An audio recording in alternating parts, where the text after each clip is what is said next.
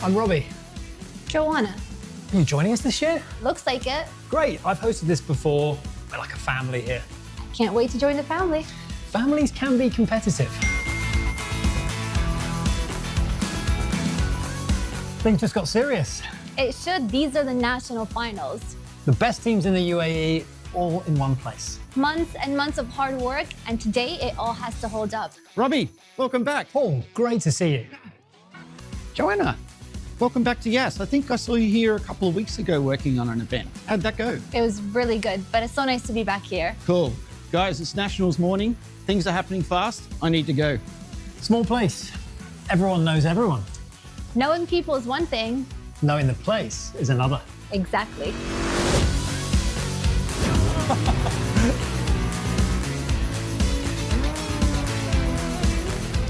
Beat me by 2 seconds.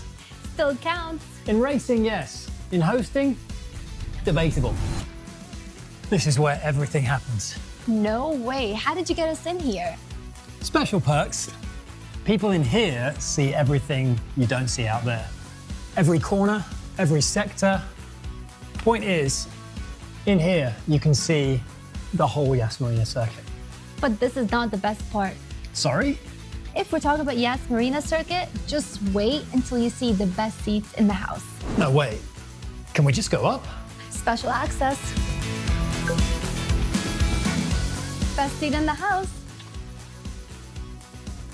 Okay, I take your point. But does a great view make you a great host? No, but it gives you a bigger picture of what this is all about. Well, I say we have to kick this up a notch, Yas Marina circuit style. 1 lap, For what? hosting this year's ADNOC Yas in schools. You're on. Need a minute? Let's find something that's the right size.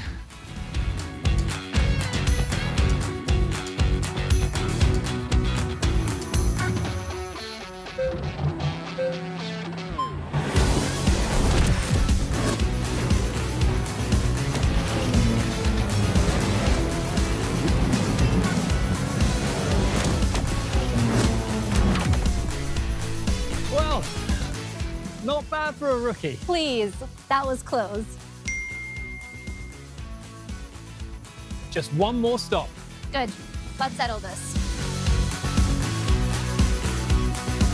There you are. Where have you been? We were about to start the live show without you. Without who? Actually, that's what I wanted to ask. Who's hosting? Both of you? I sent both of you the emails for Yas in schools. The email said just for you. Anyways, it meant both of you. We are about to go live, get into positions, and best of luck for the show. I guess.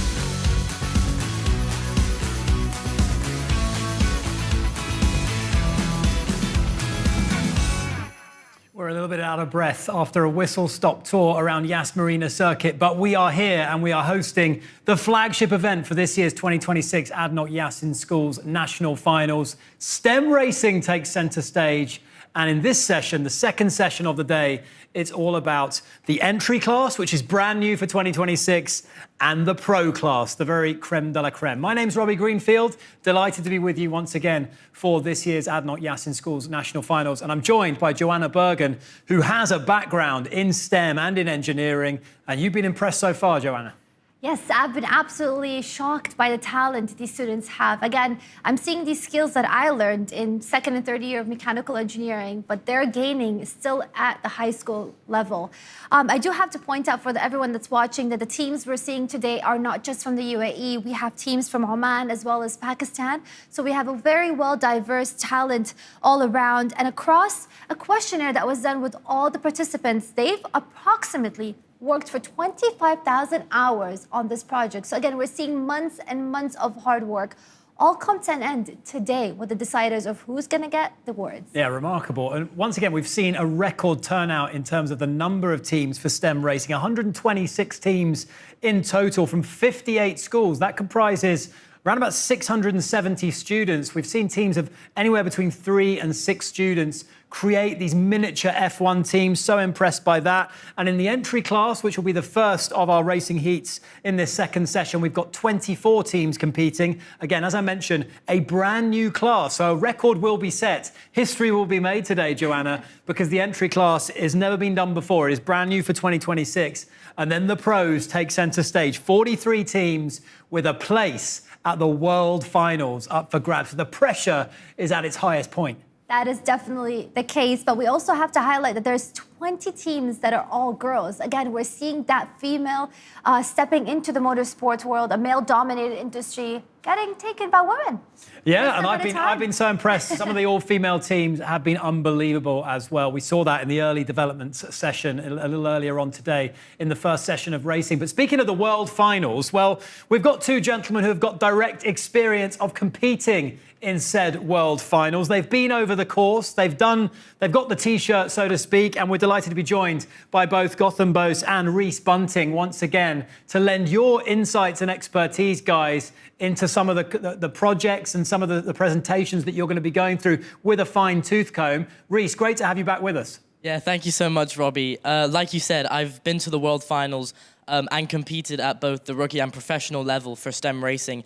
And I'm so excited to see what these teams can bring to the table, especially in the brand new, like you said, the new for 2026 entry class and the professional class. I'm really, really excited to see what these teams have in store for us today. And Gautam, you've taken your experience in the STEM racing code and taken it all the way through into a mechanical engineering degree. How is what you learned in STEM racing helping you right now? Really, everything that you learn here is key. These are all skills that you use in actual engineering, and it's really vital that you learn it now so you can save time later. It's also really nice to see softwares that we see people struggle with later on actually be developed now. So when they reach college, it gets really easy to use, and you're so far ahead of the curve. Programs like this are huge, and really thanks to ADNOC for putting this up. Yeah, Rhys, what are you looking for when you're studying the cars that we've got on display? And we've got two very different classes here. We've got students who are trying STEM racing for the very first time, and then we've got the seasoned veterans as well in the professional ranks. So what you're looking for is going to differentiate, but what's going to stand out to you? Well, in my STEM racing team, I was the head of enterprise, and enterprise is my thing. I love the marketing, I love the branding, the team identity, the development of all of that is what I really, really like to see in these teams. And actually, both in the entry and professional classes, I'm really looking forward to see not just how the teams have created their identity, but how they've specifically chosen elements, whether it's the colors of their team color scheme or the logo or the name, and how they've developed their initial ideas into what we're going to see on the track and in their portfolios today. Gautam, we saw massive regulation changes in real Formula One come into effect at the start of this season. And just like that, in STEM racing, every single year, new regulation changes have been brought in, which I guess is just adding to the challenge for these students to try and incorporate all of that into what is the most aerodynamic design. Yeah, I mean, it's huge, the changes that have been made. The halo especially, just having an additional component that's provided by Yas in schools that you now need to incorporate into any design. It makes your life harder, but that's what engineering is. It's always a challenge of some sort. You have a fixed budget, these are constraints, and this teaches people how to be better engineers. So I think it's a great change. The regulation sets worked perfectly. We had no breakages earlier in the day. Well, not many compared to previously in the towels. So it's really been a good change to see. And it is amazing to see how all of these kind of endeavours do translate into real-world problems and real-life engineering as well. Rhys, Gautam, thank you so much for being with us. We're going to be crossing over to you on a regular basis throughout the course of the day. Rhys and Gautam are going to be analysing some of the competitors, but we wouldn't be here, Joanna, were it not for a certain special partner, would we? That's right. We do want to give a special thanks and a massive one to ADNOC. They've really supported Yas in School's journey, and they made this national finals possible. You know, ADNOC has such commitment in empowering students when it comes to, you know, the next generation and innovation. And I think it all has to do with that shared belief together with empowering these students to be more educated and to enter these STEM fields. And as you mentioned, a truly national event, which has getting across to all 7 Emirates, but also an international event. And as Joanna mentioned, we've got teams competing today from Oman, from Pakistan as well. Brilliant to see. Yesterday in 4x4, we had teams from India competing. So it is a truly international competition. Big thank you to ADNOC. Right, we can take a little closer look at today's schedule. We'll get it up on the screen. And where are we on that schedule? I'm losing track of what's going on. We did have that development session in the early morning session. We're now into the entry class and the professional class, and then maybe our highlight of the day, Joanna? Yes, we have awards at 3:30. We're super excited to see innovation, sustainability, all these teams that stood out with their projects. Don't forget, you can follow us on our socials at Yas in Schools. You can watch along on the live stream. Thank you so much for your company. I'm sure you're very keen to see how your team is going to do. But I want to talk a little bit more broadly about the arena on which these teams compete, the track, the dreaded track for some, the magnificent track for others. It's 20 meters in length, and there's a lot of different components to it, aren't there? That's right. There is, at the start line, all the cars line up. We've got track A, track B. Every single car will take a turn at each single lane. These cars are all powered by a CO2 canister that's going to really push them at a very high speed. And you're going to be able to see when the race starts how fast these cars go. And that's why at the end they have a crash barrier, just to make sure that the cars don't come apart, because they have to go again for every single round. And in case they do, we have this hospital, right? We do. We have a car hospital. And in case it is needed, we've got, car doctors on standby as well to do any patch-ups, any repairs that we may have to come across. But let's hope we don't get any accidents. Let's hope we have a clean session of racing. And we're looking for very different performances from both the entry-level, first experience of STEM racing, so not as much is expected of them. And then things get a lot more difficult for the professional class, where the technicalities get ramped up, but also we see the performances get bumped up as well. Right, let's check in on this video to give you a perfect overview of what STEM racing is all about. So STEM racing, you basically create your own team, you choose your own logo, your own identity, and you design it and build it up, and you create a car and you go on and race it at the end of the year. STEM racing is more than just a design and make competition. It really is a program where students take the key skills that they've learned in different subjects and apply them to a collaborative project. So the enterprise portfolio represented who we were as people and each of our roles within the team, and then the engineering portfolio focused on the mechanics that went into making our car and the different processes of designing our car. Part of this competition is finding sponsors. For that, you need to be outspoken, you need to be public, you need to go to companies and you need to ask them for sponsorships. I think my favorite part was watching our team present to other people at the pit display, because I thought that it was a final time for me to represent what I had learned throughout the whole of the racing journey. Students want to deviate, they want to move away from the classic classroom environment. They want to have something that the students would learn and have fun doing at the same time. Students were excited, students were involved, they were taking the lead. I was just there facilitating the whole process. There's a lot to take away from STEM racing, a lot to learn, no matter your role. As a car designer, I've learned a lot of skills about making the car. Product manager, you learn a lot about products like sanding, spray painting, and overall your communication skills develop massively. The thing that I've noticed the most that the kids gain from this is their time management skills. They really don't realise at the beginning of the project like how much they have to really manage their time. Also resilience as well. Often things go wrong, they've had to go back to the drawing board over many things. It's different from our regular classes because we focus more on trying out realistically instead of just learning everything theoretically. You learn things you've probably never done in your regular classes before. Some of these things you learn in university, and to demand such skills, it truly gives us an incredible edge for our future careers. I think the biggest skill that students learn is actually stepping out of their comfort zone and actually communicating in a real-world setting. The students get to decide what they want to do, how they want to do it, when they want to do it. They're not just learning about math and science, they were also learning life skills as to work together with each other. You'd actually get to learn from new perspectives about how other people do things. And you'll also get to learn a lot of real life applications. All of these skills will propel you forward. Everything is all packed into this one cluster of a competition. It gives you all the experience you will really need in the future.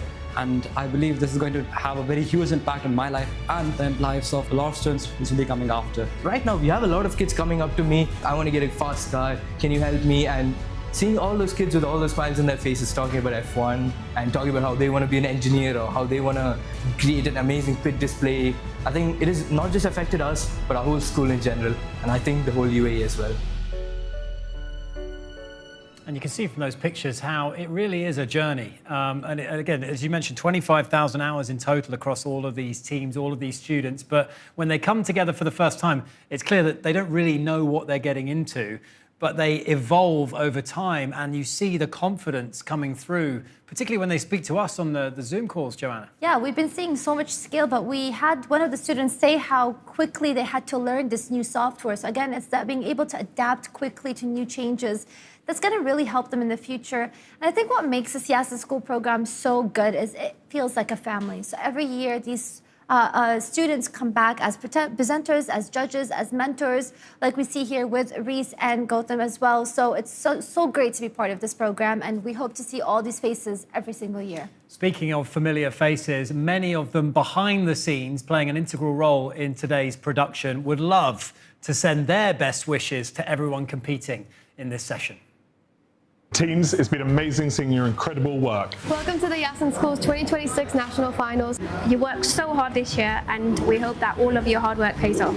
Wonderful cars, by the way, for all categories. You are doing an amazing job. You will do great this national finals. Just wishing everyone best of luck in your racing. Good luck to all the students. Good luck to all the participants. Best of luck all.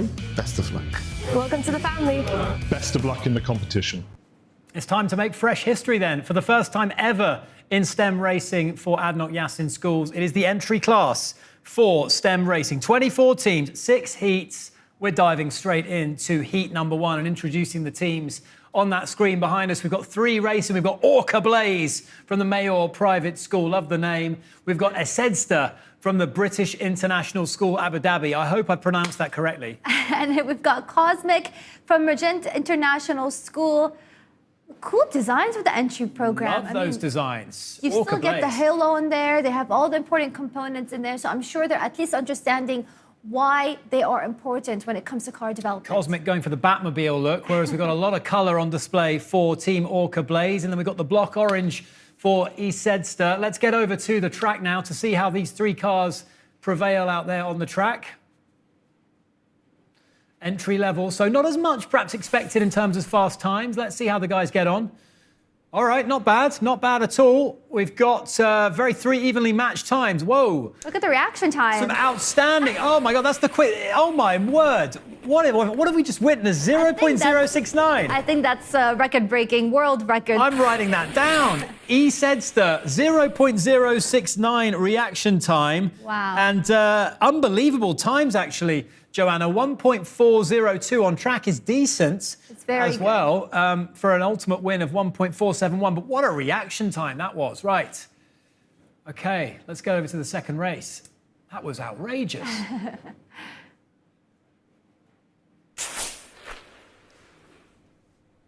OK, Esedsta with another good time on track. But Orca Blaze taking the win there. 1.4 on the track. 0.256 on their reaction time, and we can cross over now to have a little chat with the guys over at Orca Blaze. And the first thing I want to ask you guys, have we got an all-girls team here? Amazing stuff. Right, the first thing I want to ask you guys is Orca Blaze. Where did that, I can see the Orca on your shirts, but where did that come from?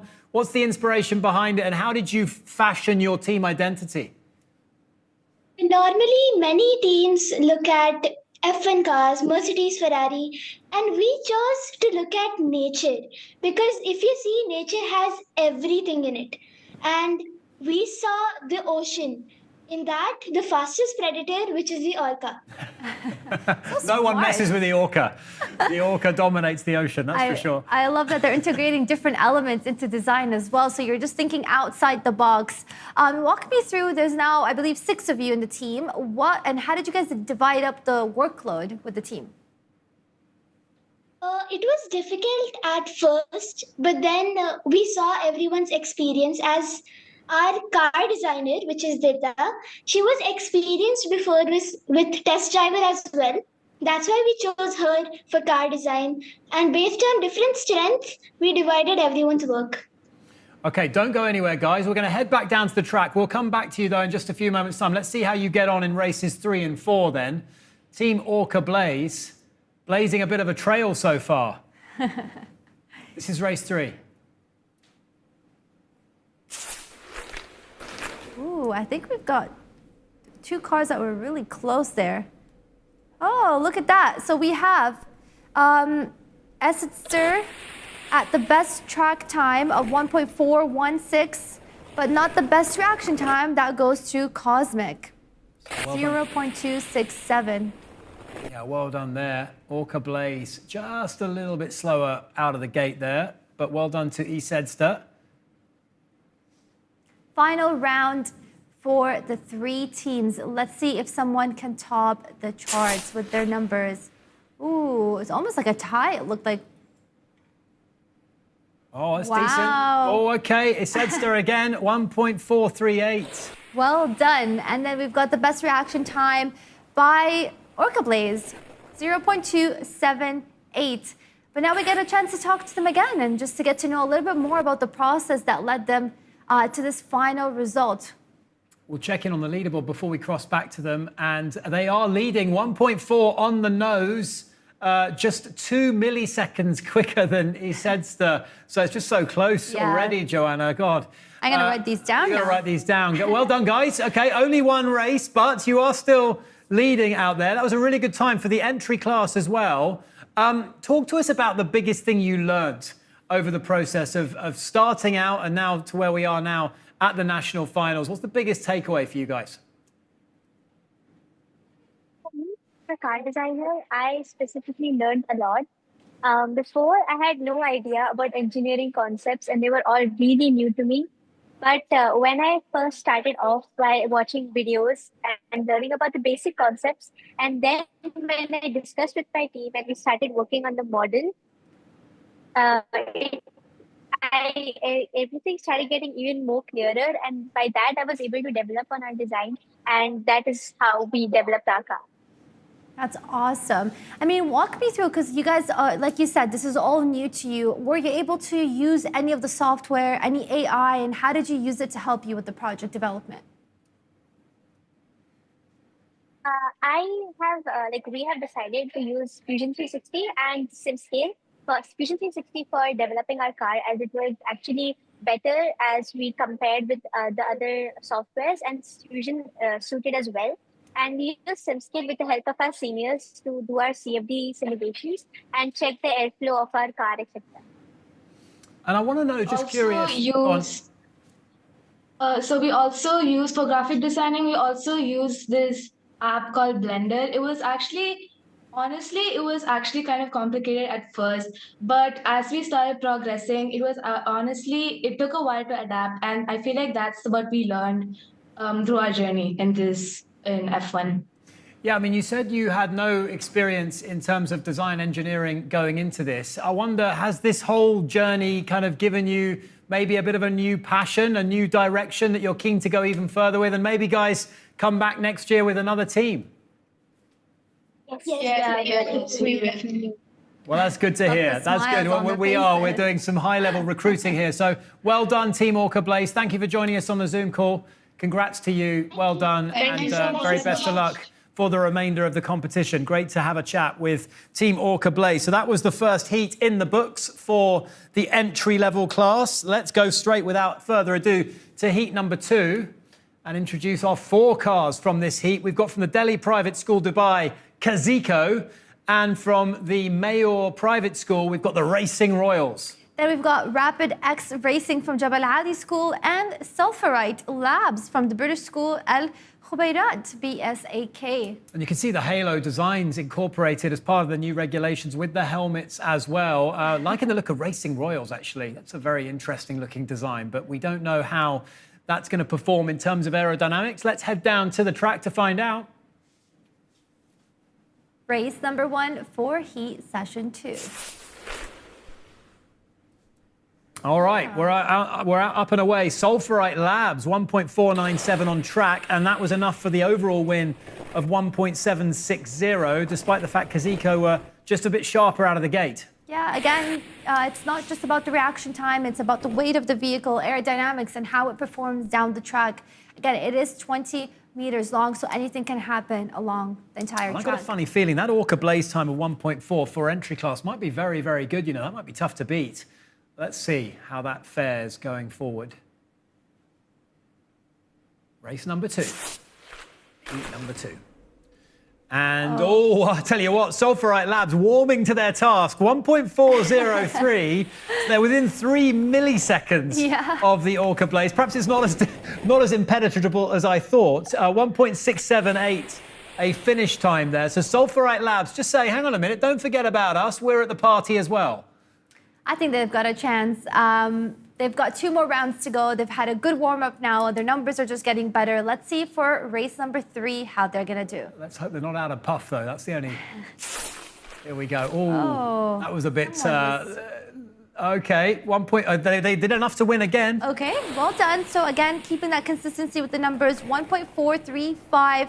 And Rapid X Racing ended up with the best reaction time of 0.234. One last round. I think... What do you think? They could do it? No, don't put me on the spot like that. No, I don't think they're going to. Orca Blaze, for me, is going to hold top spot, but let's see. Final round.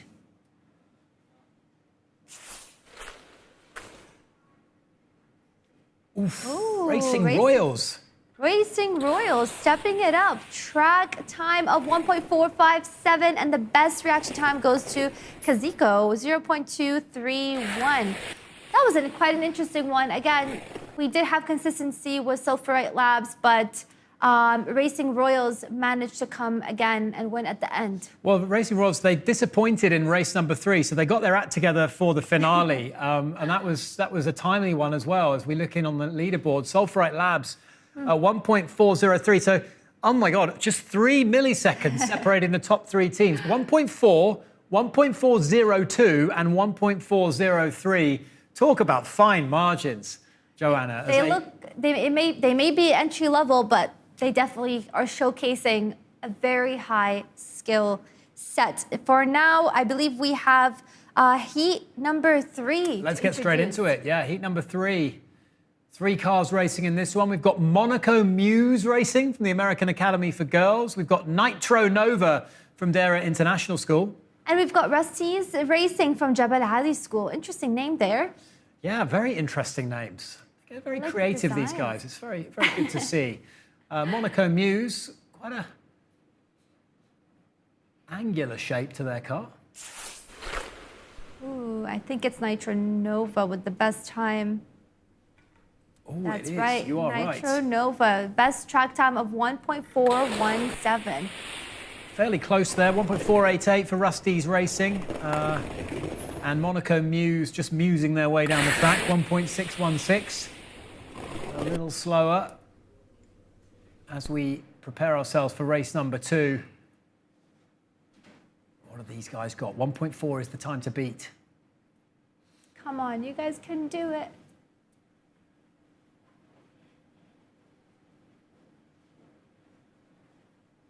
Resetting the start leaderboard. As soon as you guys see the full red lines flashing, and then as soon as they turn off, that's their cue to hit that reaction power button. Just a bit of added pressure, as if we didn't already have enough pressure on ourselves. A bit of just a waiting game here at the start line for this second race of heat number 3. 6 heats in total. And here we go. I think we're ready now. Oh, that looked quick. Wow. Oh, yeah, we've got a sub 1.4 from Nitro Nova. No messing around there. 1.372, setting a new standard and leaving the other 2 trailing in their wake. I'm scratching my entire list right now. So we've got Nitro Nova at the top with 1.372. Following that, the 1.400 mark.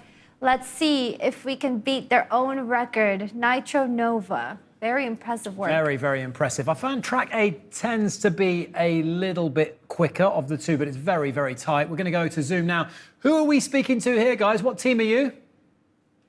Monaco Muse. Monaco Muse. Where did you come up with that name, by the way?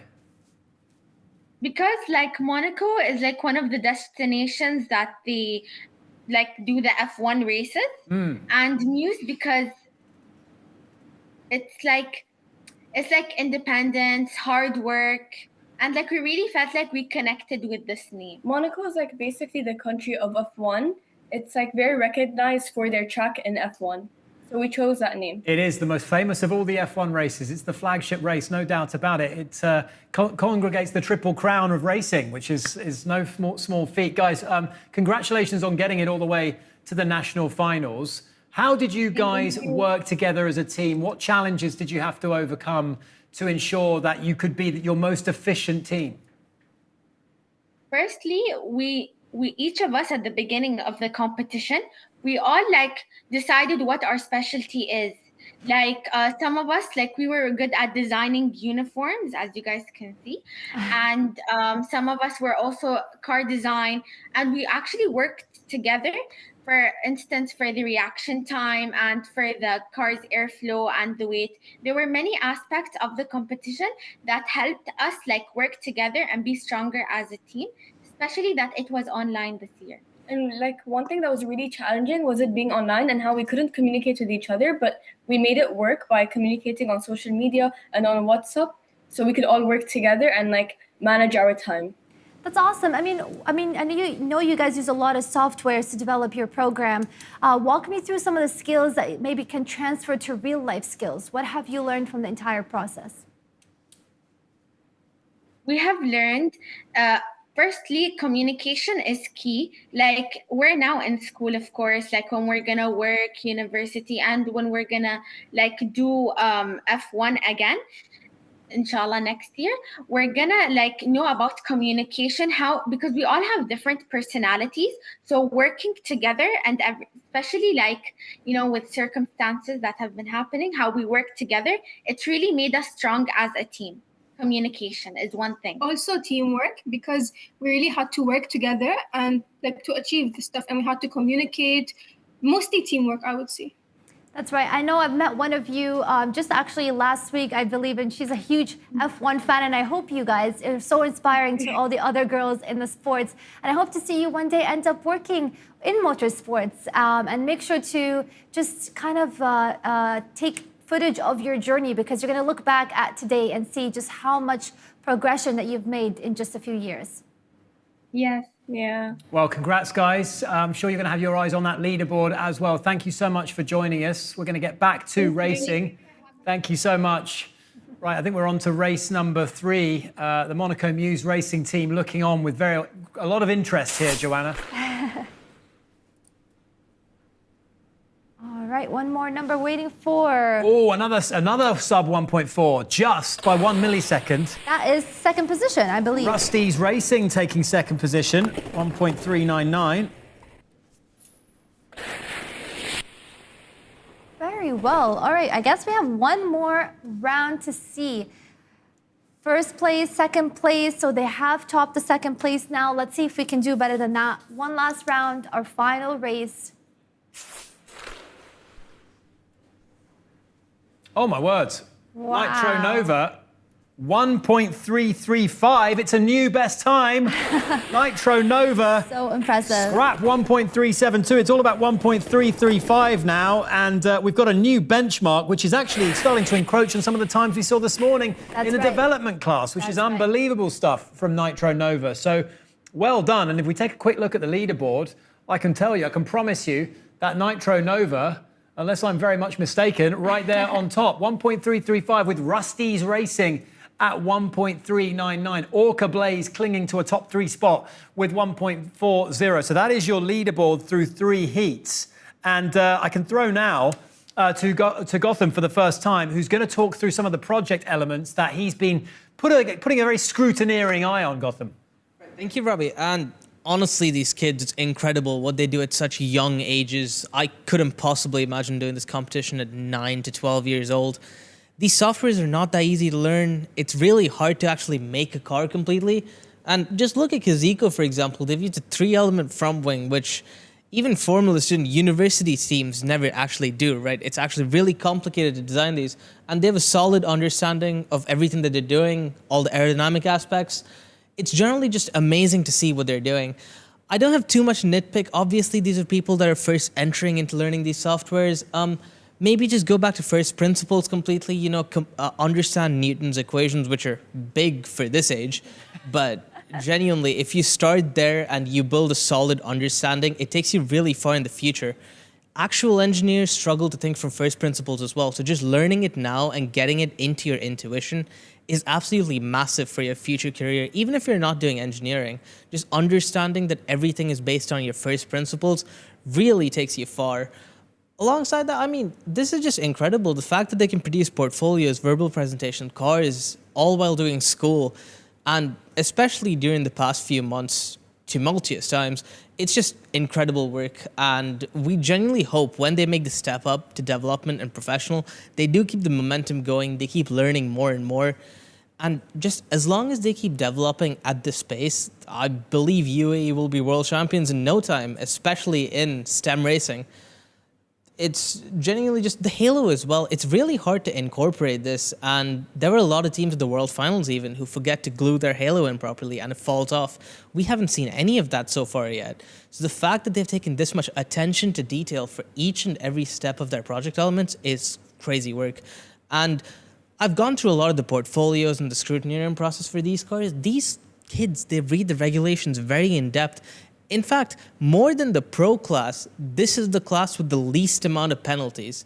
Just take that into account. These are kids aged 10 who are managing to beat 18-year-olds, especially in building a car to a set of regulations. It's truly spectacular, and hopefully we see it coming. Obviously, there's some things that could be changed, like finishing of the car, just overall assembly, manufacturing methods. How do you actually connect a rear wing to the car, for example? But these are all just tiny things that'll go over time, especially as you get more in depth into what STEM racing is and the overall competition. You look at competitors' cars, do careful analysis. These will all go away.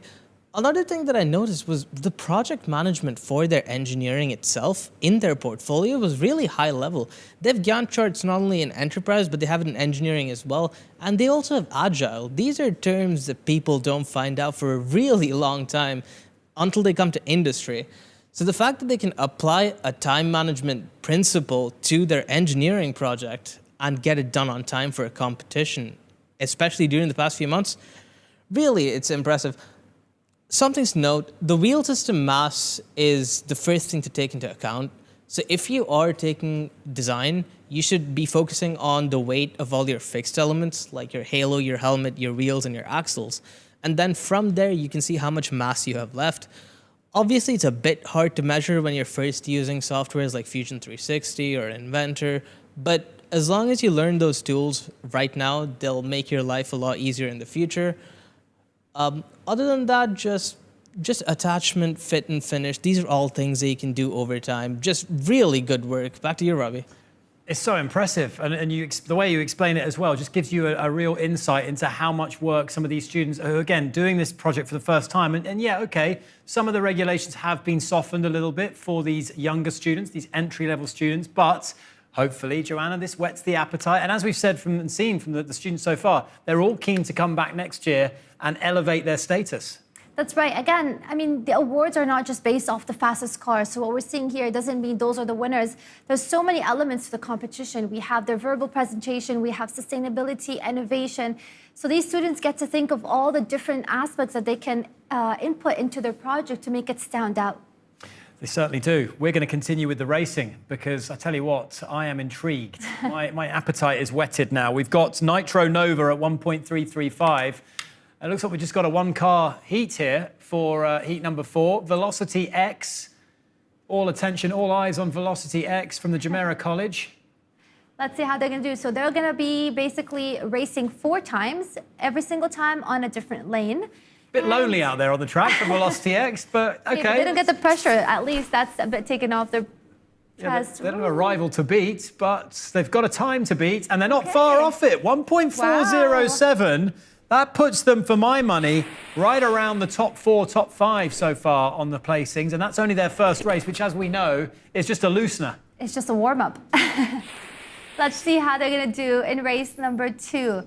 I have a good feeling here that they might maybe come in the top 3. They've set an early marker. Can they breach that 1.4 second mark? Racing in track A. Oh, that looked quite fast. It was. Wow. Oh, it was. 1.373. And that is a new second place for Velocity X. And I'm starting to, my sheet is becoming illegible right now because I'm scribbling every 5 seconds. Velocity X powering down the far right-hand side of that track. Lane 1, track A. Unbelievable stuff. I think that's in P3 because I think I have P2 as 1.372, so really close. Let's see if they can just push that extra bit more time here. Let's see what we have. 1.44. I always feel track B maybe just that fraction slower than track A. Yes. But of course, we've got to reiterate, the cars get to race, as we're seeing with Velocity X, on every single track and both lanes as well. So it doesn't matter at the end of the day if there are a couple of very small discrepancies in the track.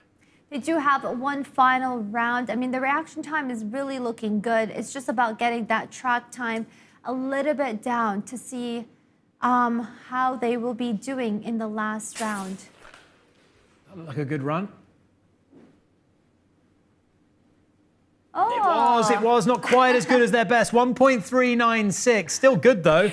And really good solid averages coming out here with 1.638 as a total. And that 0.242, decent, not brilliant, but decent enough reaction time from Velocity X. So well done to them. A solo car heat there heat number 4. And with just 2 more heats remaining, we're really starting to see the leaderboard take shape in the entry class. Velocity X, you were right. Second place, Velocity X at 1.373. You were right, actually. I thought they would be in third. Well, I think Nitro Nova, you mentioned 1.372. I think that was their second quickest time, Yes, that's actually. right. And then they took... So Velocity X, getting into the top 2, and Rusty's Racing clinging on to the top 3. So you got to beat 1.4. You can see Orca Blaze there at 1.4 in 4th spot. So if you want to get top 3, that's the target as we move into the penultimate heat now of this entry class for STEM racing. Heat number 5 out of 6. Who have we got competing in this one? Oh, my word. Look at the colours here. Look at the design. Silent Strike. OK, Artemis Racing, Delhi Private School, Dubai. We've gone all blue with a nice black chassis as well. And then Silent Strike, a true camo purple. My word, it's almost like a galactic look overall from the Jumeirah Baccalaureate School. And then we've got Godspeed STEM Racing from Dubai College. Again, I can't stop looking at the design of Silent Strike. Very creative. Come on then, who's the fastest out of these 3? I'm going to say Godspeed. They look the most similar to an F1 car. All right, well, I will go. I think Silent Strike might not be quite so silent on the track. I'm going to go Artemis Racing for my pick. Let's see if that comes to fruition or not. Let's go down to the track. Here we go then, the bulky frame of Silent Strike. Ooh, that looked like a close call between all of them. Not really. Look at that. Oh, very close, but you were right. You were right again, Joanna. Godspeed STEM Racing with the best track time at 1.437, and I believe not the best reaction time. We have that by Artemis Racing. They got 0.237. Again, the design plays a big role. They do have a weight restriction, I would say a regulation on weight. However, with the design, they can be as creative as they want. And I think that race number 2, we've lost a car. Oh no! We lost Silent Strike, but we've got 1.401 Artemis Racing. Wow! That is a top 5 time right there. I think that is a 5th place time, and we've actually going to be able to chance to cross to these guys to have a chat with them on Zoom. Artemis Racing joining us now live, having just watched that race at 1.401, and I'll ask them a very simple question. Hello, Artemis Racing. Thank you for joining us. Are you satisfied with 1.401? Yes, but I feel we can still go better. Still go better. Okay, you've got 2 races to do so. But let's talk us through how you got your car down to its most refined, its most aerodynamic design. who was the chief designer, and if that chief designer could present themselves and talk a little bit about some of the challenges that they faced. Yes, so I was the chief designer. My name is Justin. So it was a rigorous process of continuous testing. Me, along with my engineer, Vedant, we were making new designs, testing them, and like making iterations. We must have gone through about 20 to 25 cars.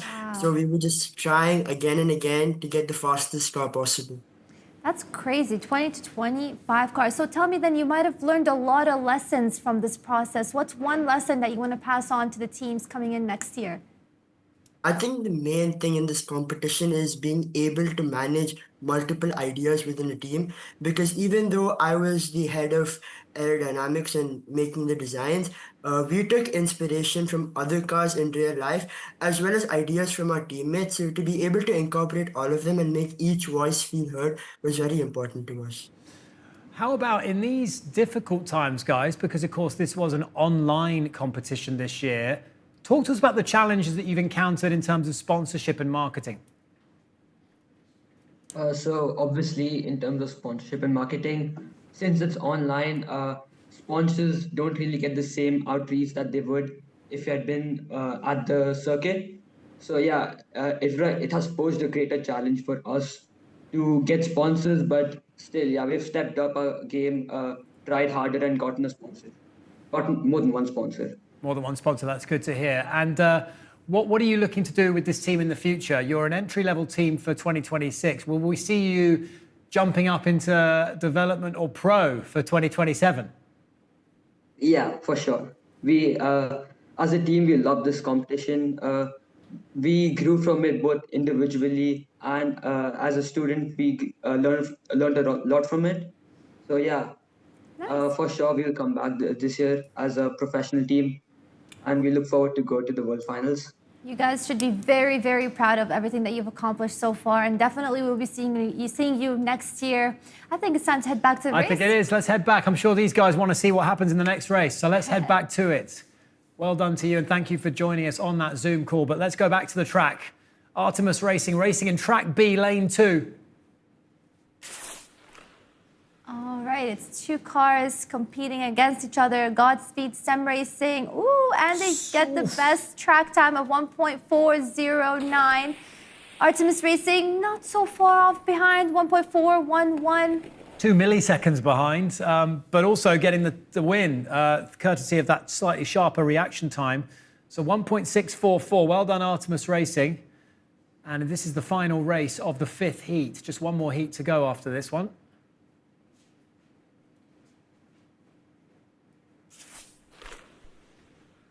Oh, that was a quite big gap between the two of them. Oh, Godspeed. Oh, Artemis Racing getting their own back there with the win very decisively. Well, as you mentioned, 1.482. 1.749 track time for Godspeed STEM Racing. I don't know what had happened. Oh, I did see maybe some contact at the beginning with the track. That definitely what can cause them to slow down. A lot of that is just pure construction, how well the wheels are fixed on. That's right. I'm only knowing this because I've been told it by students in years past. This is not things I have found out for myself, but all of those tiny details are very important when it comes to performance on the track. Aerodynamics, weight, of course, is massive, but just the robustness of the construction as well is a really, really important factor. So thank you for Team Artemis for joining us on that Zoom call. As you can see, they've jumped into 5th spot on the leaderboard. Well done to you guys. Godspeed STEM Racing in 8th, but leading the way, Joanna is still. Nitro Nova in 1.335, and at the end we have Silent Strike in 14th position. So now, to get in the top 10, you have to beat 1.457, and in the top 3, you just got to step it up by a lot. Yeah, you got to beat 1.4. Orca Blaze at 1.4, currently clinging on to 4th spot. So one more final heat to go in this, the entry class for STEM Racing. ADNOC Yas Schools National Finals 2026, final heat.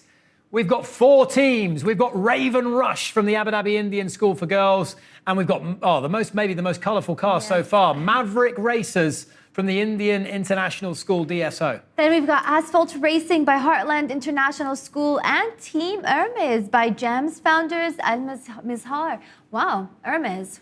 Yeah, block yellow as well. They've just, I mean, they've not beaten around the bush there. They've gone very clean and very bold with their colours. So. All right, race number 1. Let's see if we can get in the top 10. It's the last heat. Oh, we're a little slower, guys. Asphalt Racing do take the win, but it's not exactly a pace that's going to be setting any pulses racing. 1.668, a 1.947 total. You could see a bit slower down the track this time around. That's right, but we still have the best reaction time by Team Hermes. Let's see if in round number 2 they can push themselves a little bit faster. And not too much, in honesty, for Asphalt Racing. In the opposite direction. 1.757. So that is the winning time, 2.036. And not often that you can win a race going over 2 seconds in total, but you could if you're Asphalt Racing in heat number 6. Just goes to show how impressive as well some of those earlier times were of the likes of Nitro Nova and Velocity X. Right then. That's right. We've got 2 more races to go. Race number 3. Let's see if we can do better. Okay, 1.648 by Asphalt Racing. They're figuring it out slowly, but again, I think there's a lot of reflection to do after such a race to see what could have gone wrong from design or manufacturing or assembly. The final race for the entry class. As I mentioned at the start of the program, we are making history today at the Yas Marina circuit. Never before have we seen this class of competitors racing, and this is the final one. Wow. 1.680 by Asphalt Racing. Again, they've maintained that performance. Well done. Not in the top 10, but still, I would say a good performance overall. Sub 2 seconds. And that is it for the entry class for STEM racing for 2026. And let's check in on a final look at the leaderboard for the entry class. And a reminder, this is, yes, the fastest car, but it's not the be-all and end-all, as we saw those 4 teams struggling a little bit in that final heat. It's Nitro Nova up at the top at 1.335. Then we've got Velocity X in second at 1.373, and Rusty's Racing at 1.399 in third. You want to go ahead and tell us who's in 4th and 5th? Yeah, Orca Blaze, they raced early on. Very impressed by them. 1.4 exactly on the nose. Then Artemis Racing taking up the remainder of the top 5. But if you haven't quite reached the top 5, you can make up for it in other elements of the production as well, in other elements of the competition. So all is not lost. There's still a reason to stay tuned to our stream, that's for sure. Right, we're shortly going to be hearing from Reese once again. He's got some very special guests. But before we do that, let's just give you another overview of what we're all here for. You get to actually enjoy the thrill of your car racing. STEM racing is a marvelous experience. Many people think it's hectic as well, but no pain, no gain. So STEM racing is you basically create your own team, you choose your own logo, your own identity, and you design it and build it up. You create a car and you go on and race it at the end of the year. It really is a program where students take the key skills that they've learned in different subjects and apply them to a collaborative project. The students get to decide what they want to do, how they want to do it, when they want to do it, coordinate with each other. And you'll also get to learn a lot of like real-life applications, presenting, creating an actual brand, learning engineering and how to use technology. And all of these skills will propel you forward. There's something for everyone. You don't have to be good at science or math. I still found a center area where it was a positive part of my week for me. Even at such a small level, you're able to witness the F1 greatness.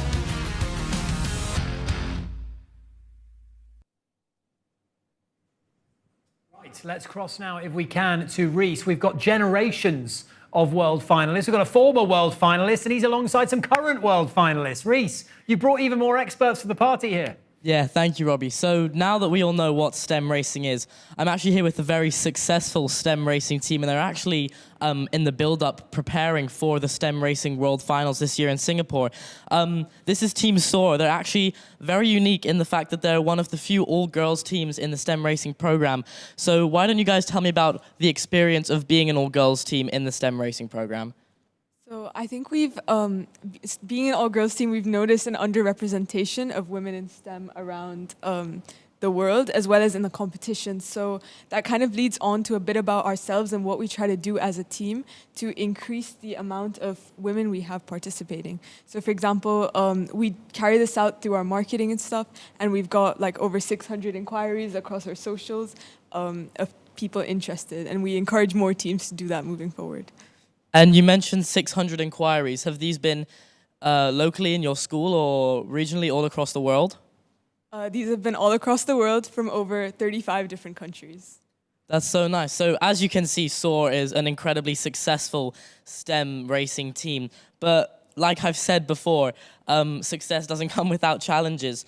And in the preparation for World Finals, especially from the jump, from national finals to World Finals, I presume you've endured a lot of challenges. So do you mind talking about the challenges you faced and how you managed to overcome them in the preparation process? Yeah, so we have faced quite a few challenges. I think the main one from nationals was our time management. We had to juggle a very demanding academic year with the project as well as our own personal stuff. So time management was something that we really struggled with during nationals, and obviously that affects the overall quality of your project at the end. So after nationals, I think we had a team meeting, we evaluated, and we made sure that for Worlds we had shorter cycles and stricter deadlines to make sure our team was the best it could be. It's really nice that you identified the problem and you overcame it and told us that. There are a lot of STEM teams, a lot of even all-girl STEM teams who I'm guessing want to be a lot like you guys right now in the preparation for World Finals. So what would you say to a team if they wanted to be where you are in the preparation for the World Finals and they want to get to where you are now? What advice would you give them? Well, don't be scared of change. Don't be scared to try new things. Be bold, be yourselves. Make sure you are standing for everything you believe in and really represent that in your team identity, in your verbal presentations. That's the best stage to do it. And to prepare for World Finals, the most honest advice I believe any team or any judge can give is to really follow the scorecards. That's literally stating everything you need to win.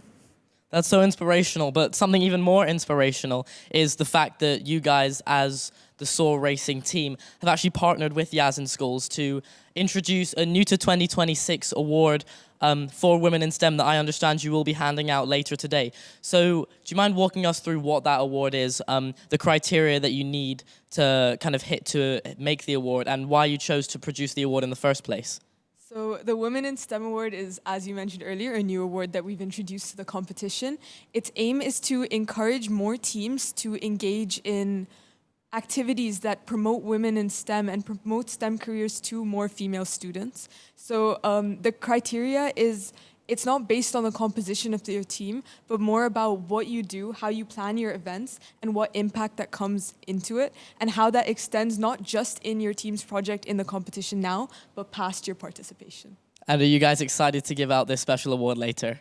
Yeah, I think we're really excited. We saw a lot of teams that did a lot, so we're really proud, and we think it's made an impact. And good luck to all the teams that tried. So this is obviously, I'm guessing, one of the few innovations you have made in the preparation for the World Finals.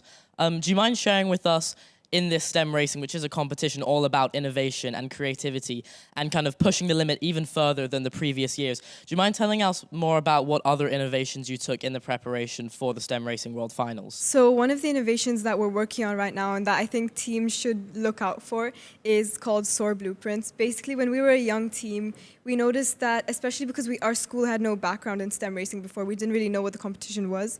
So we noticed that there weren't many accessible resources online to let us start the competition and basically know what to do, because obviously project management, the CAD you need to do for engineering, it's completely new to students and teachers as well if they've never heard of the competition before.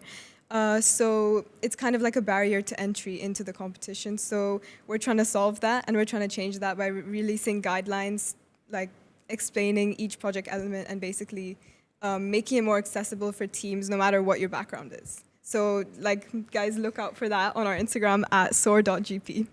That's so nice. And now my final question for SOAR Racing is, obviously, like I previously mentioned, there is probably an uncountable amount of teams who would love to be in your position right now preparing for the World Finals.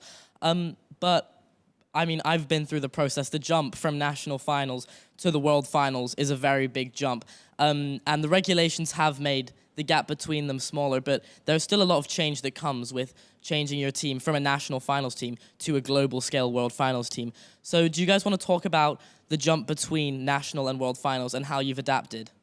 I think you can't really, like, national finals is like, you can't really compare it to worlds. Worlds is like a completely different category whatsoever. I think as a team, we really had to grow and improve as people as well to make sure that we're the best we can be for worlds. And I think, again, time management is something that we really improved, that we needed to improve for worlds to make sure that quality of work is good. Other than just time management, I think it's also been a big change in regulations. That's something that we have to look out for. There's more detailed scorecards, and especially in the engineering side of it. Last year, here in ADNOC Yas schools, there was no halo. There was like a completely different set of regulations. So the jump in terms of engineering as well has been huge, but that's what we're here to do. This is what the competition is about. It's about improving and challenging ourselves. But I guess it's nice to see the new regulations that have been released, trying to bridge the gap between the professional category and the world finals. Thank you so much for coming here and answering my questions today. Unfortunately, that's all we have time for. But let's take a quick look at what happens behind the scene in terms of the judging process here at STEM Racing.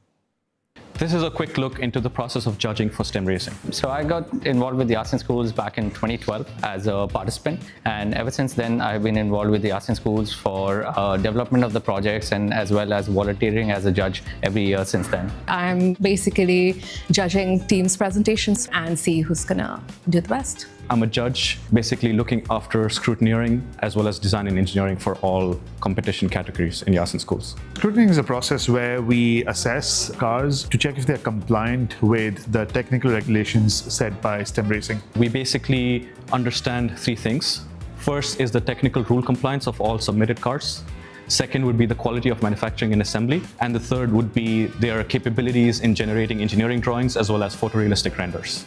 The other project elements that we usually look for is design portfolios, engineering portfolios, as well as verbal presentations. We normally take a look at how clear the presentations are, how well they're working together, the way they're able to manage the project that they're on, and how they're able to put into practice what they have learned in school. Mostly, it's really cool to see their class concepts come alive, but that's kind of reductive because it's not just about what they learn, it's not just about the science, it's about how they work well together, and that's kind of what life is all about. So it's good to see different elements come forward, different things that we think are not just school concepts, but also just life concepts. So how do you manage each other? How do you manage emotions, which run very high in this entire process? I think this year, one of the things that surprised us the most was how consistently high was the quality of finishing on all of these cars.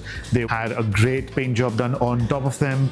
They had some really good, interesting assemblies that they had, and just how cohesively the cars came together. I think that was the most impressive element this year. I think the biggest strengths that the students have shown this year would be improving the quality, especially in the design and engineering judging, as well as the enterprise judging. We found that the students are much more familiar with the rules and regulations of these project elements and are really responding well to the feedback that we've given to them over the years. I saw a lot of teams do really, really well in teamwork because I saw a lot of them actually working really well together. They were actively hyping each other up, and they were actually making sure that they were putting their best foot forward. The innovation was through the roof this year because I saw a lot of really, really cool projects come through, going well beyond what they were asked, and worked out really well. I think the main advice I would give to students this year, competing next year as well, would be to understand what went wrong this year and then improve themselves next year, because Yas schools is all about improvement and getting better every year. My advice for next year students would be to just keep reading the technical regulations and see how you can push the boundaries and keep innovating. Try to see where this can take you, because it is kind of like that sort of entry into a very cool, very interesting experience, and this is something that's gonna be something that they will keep with them for the rest of their lives.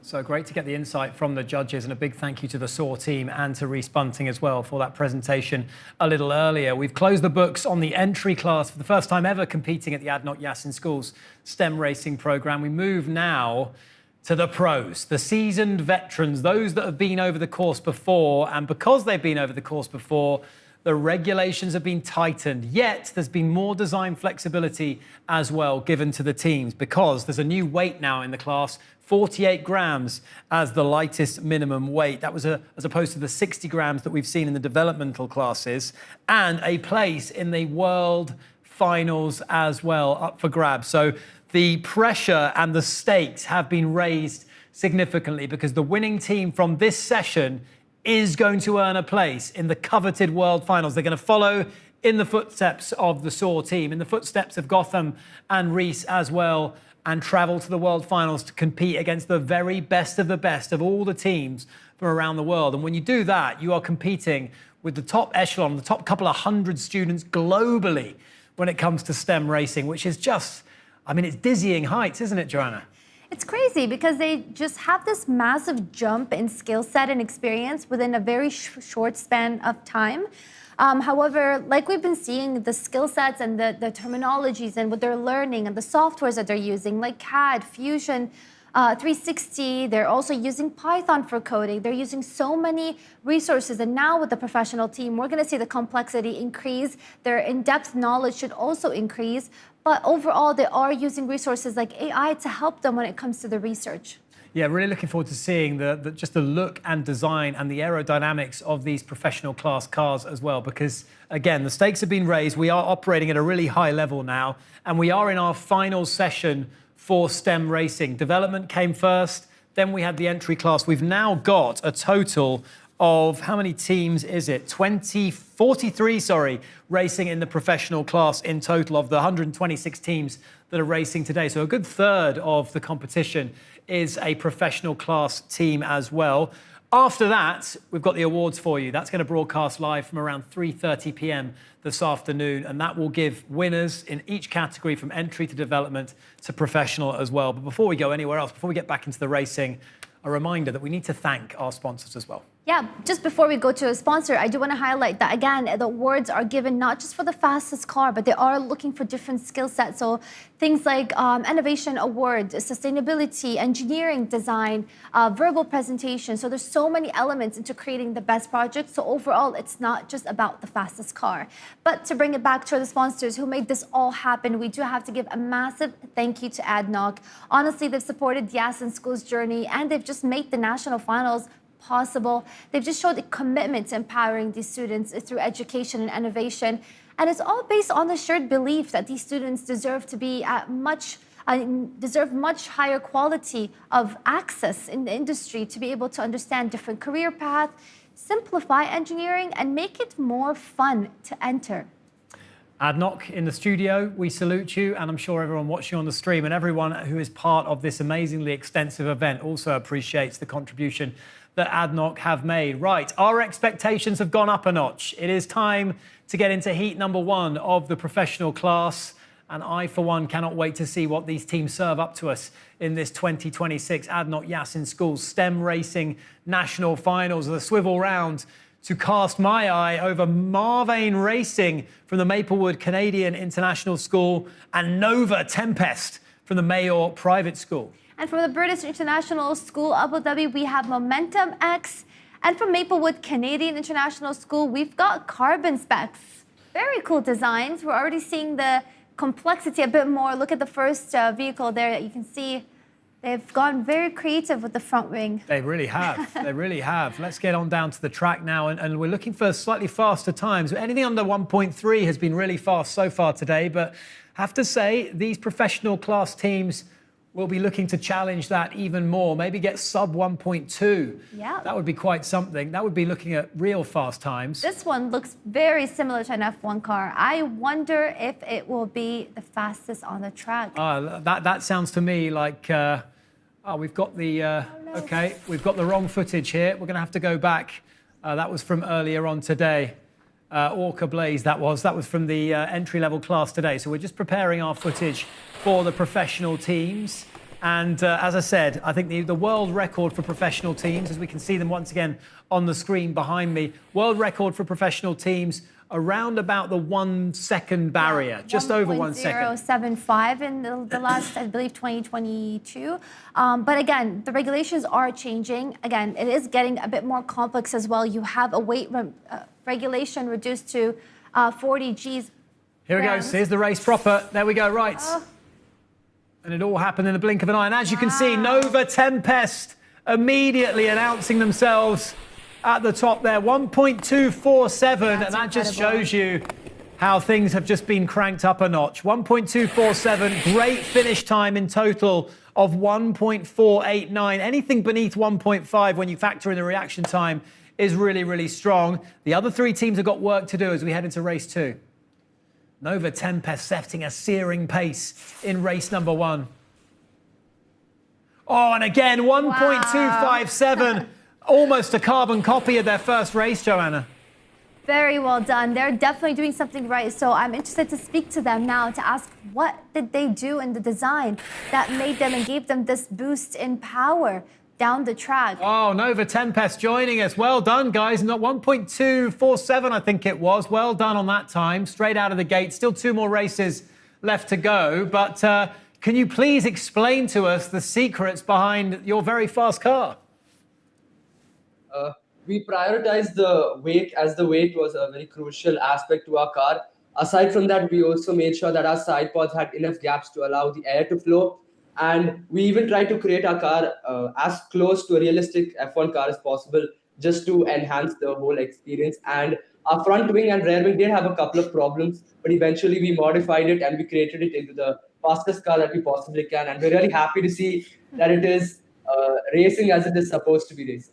Yeah, you guys should be very proud of yourselves. Now there's 6 of you. Can you guys walk us through what each one of you did? And let's hear it from each one of you. Let's have you guys speak up and tell us a bit more about your position. I'm Chris, and I am the car engineer and safety analyst in my team. I played a vital role in ensuring our car remained as aerodynamic as possible. I focused mostly on virtual testing, making our car race ready, until I pass it on to my car manufacturers and car engineers. I'm Rudraj Viswas, and I'm the graphic designer of Team Nova Tempest. And my job was to create a clear and brand identity throughout the portfolio, the car livery, as well as any social media posts. I'm Jazil Britton. I was the team lead of Nova Tempest, and it was a really great experience leading this group of my friends as well. We participated previously, and we combined our experiences and formed a super team, and it's really great to lead such a great group of individuals.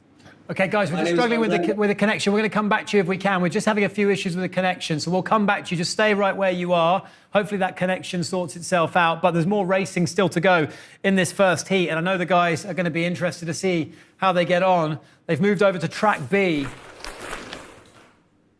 Oh, and another fast time. Wow, Nova Tempest, 1.265. Almost beating their already very fast record. We have also Carbon Specs with the best reaction time of 0.170. These teams are doing very good. They are, but I mean, Nova Tempest clearly out in front by around about 2.5 tenths of a second over second place. Correct, and this is the final round. Let's see if they can keep it up or beat their current record. Well, they can. I mean, they can keep up the winning rates. I think they've won every single race, have Nova Tempest, in terms of the track time. So they've been well and truly head and shoulders above the rest when it comes to that. But the reaction time, sharpest with Carbon Specs, 1.70. Wow. 0.170, I should say, for Carbon Specs. Let's see if we've got a better connection now for Nova Tempest. So you've seen your races wrap up. Well done, guys. You were dominant in that heat. So that's a really good start to the competition. Who had we reached? We were doing a little one by one here. Yeah, it was me. I'm the sponsorship and marketing manager for Nova Tempest. I basically ensured that there was no liability in our team by ensuring everyone had enough funding in order for the project to run smoothly. My name is Ishan Shetty. I'm the car engineer of the team. I made sure the car was had a minimum weight and made it as aerodynamic as possible. I'm Udit, and I'm the car manufacturer. And I made sure that the car was race ready from precision sanding to assembly. And this is how we were able to get a good performance. Wow, I love how you guys delegated your tasks so evenly and everyone's taking such an important role. Any final message that you want to send off to the next team that will be in your position? Any advice that you have for them? I just hope that the best team may win, and we would also like to take an opportunity to appreciate our sponsors, our teachers, our fellow friends who helped us throughout the competition, and we really appreciate all the hard work and all the help that they've given us, and we hope that next year as well we may come back and hopefully do better than we did this year. All right, well, that's a great sentiment, guys. Continue watching. I'm sure you will be very intrigued to see how your rivals get on in the subsequent heats. But well done to you. Thank you very much to Nova Tempest for joining us. That was heat number 1 in the books. Nova Tempest dominant. But will they dominate that leaderboard as it evolves? That is the key question. Look at them there. 1.247 is the mark. I'm going to write that down. Nova Tempest already on top of the board with a very, very competitive time there. The other 3, frankly speaking, not quite at the races. That's right. There's a big gap between first and second position. So I feel like for the next heat session, there's a lot of room for teams to enter that position between 1 and 2. We've got Carbon Specs in second, Momentum X in third, and Marvin Racing in fourth. Let's see who's up next for heat session number 2. Heat number 2, my word, look at these designs. Wow, I'm expecting a lot from this heat. Team Tribalux from the private international English school and G-Force, all in white, from the Mayor private school. Then we've got Pantherion from the British International School Abu Dhabi and Conquer Racing from private international English school. I love the lineup here. I love the front wing here. This looks really cool. G-Force, got a lot of expectation there. I've got my money on G-Force, such as it is. Right, let's see. Let's see if I'm right. I haven't been right many times, in fairness, so I might have just cursed them or jinxed them. Who knows? Oh, my goodness me. G-Force. 1.133 for once. I got it right. That is unbelievable. What a time that is. This is the most excited I've seen you all day today. And they nailed the reaction time. Look at that. 1.33322. Total time. I mean, that total time, inclusive of the reaction time, is actually quicker than a lot of the track times we've seen from the other teams. That is absolutely remarkable. That's incredible. Honestly, everyone needs to take a page out of their book. Something they're doing is definitely working. Race number 2. Can they follow up? Was that a fluke? No fluke there. 1.141. So I've followed up a 1.133 with a 1.141. And they've absolutely eviscerated the competition again. But we've got another 1.1 here. Team Tribalux, not to be outdone. 1.185, Joanna. That's right. Someone's catching up to them, but let's see. So I guess they will be in second position. They will, yes. Tribalux have muscled their way into the party. And Nova Tempest will have gone, 2 teams have gone past us. Oh, look at that. Look at this, Tribalux. Race number 3, 1.161. Wow, this heat session is bringing the heat I saw it on that screen. I was like, these are 4 fast-looking cars, and so they have proved as well. Wow. G-Force have been muscled out of contention here. Tribalux started slower. Can they finish with a flourish? That's the question. Final race. Oh, we had wings coming off and all sorts. G-Force are back, 1.164, and G-Force going sub 1.2 on almost every run there, 3 out of the 4. Unbelievable. Tribalux just around the 1.207 mark. They're still quick, still very impressive. 2 teams that I think have really impressed us. And we're only in heat number 2. That is unbelievable. As we look in at the leaderboard, Joanna, it's changed a lot. I can guarantee you that. That's right. G-Force. 1.133, Tribalux at 1.258. Maybe a penalty picked up because I saw they had a faster time on the track. That's right. But you know why I think that might be? A couple of things. A bit of shrapnel was falling off the car, and they do incur time penalties for that. So Nova Tempest, if you are still watching, which I'm sure you are, you've retained your second spot there. But it's all about the Gs. It's all about G-Force. It's all about the G-Force. But again, it goes to show you that assembly is a big part of this. Again, it's not the fastest car on the track, but it's the quality of putting the car together because anything can happen, especially with the CO2 canisters really powering these cars down the track. anything can happen. Well, yeah, when you've got that much energy being forced into one small car, yes, accidents, as we've seen so many times, can happen. You've got to keep your car in one piece. We don't want wheels flying off or wings or trailers or anything like that. So, well done to G-Force. That has really set the pulses racing here in the studio. And they have set a stiff time there of 1.133. That is quite the gauntlet that has been thrown down as we now go into our third heat. And 3 cars hoping to try to tussle with the G-Force. Noctis GP from the GEMS Modern Academy and Ignis Andromeda from the Indian High School Udmeta. And from Ambassador School Dubai, we have Team Orbit. And finally, from GEMS Modern Academy, we have Rapidus Racers. Oh, I like their all-black design here. Yeah, that is menacing in the extreme. They look pretty sleek. I like Team Orbit as well, looking like a really good design, that car. So let's see how these guys get on as we head back down to the track with G-Force's time still ringing in our ears. Okay, let's go. Ooh, I think I see a really fast car. Oh, yes, Wow. Noctis GP. It's all change again, 1.211. Noctis GP have jumped all the way up into second already, and that was a really quick reaction time of 0.190 as well. So again, a total time of 1.401. They seem to all be doing really well, honestly. So I do think that this heat session is going to be a close call between all of them. This is just the first round. Let's see what's going to happen in the second round.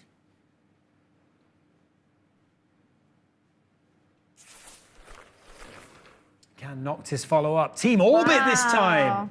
Team Orbit have come all guns blazing. 1.215. Third position, probably. Really solid. Noctis getting the reaction time and a 1.285. Not too bad. The others just toiling a little bit more. Rapidus, we need more from you. And we need a bigger effort from Ignis Andromeda as well. But that was race number 2, won by Team Orbit ultimately. Race number 3.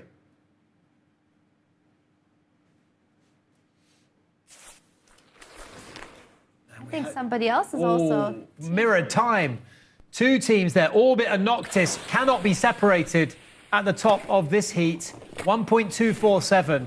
Both of them have got a win each, and the ultimate win was taken by Noctis there, courtesy of a slightly sharper reaction time. Final race round for heat session 2. Very dominant performance from all these teams. Let's see who's going to top off the charts.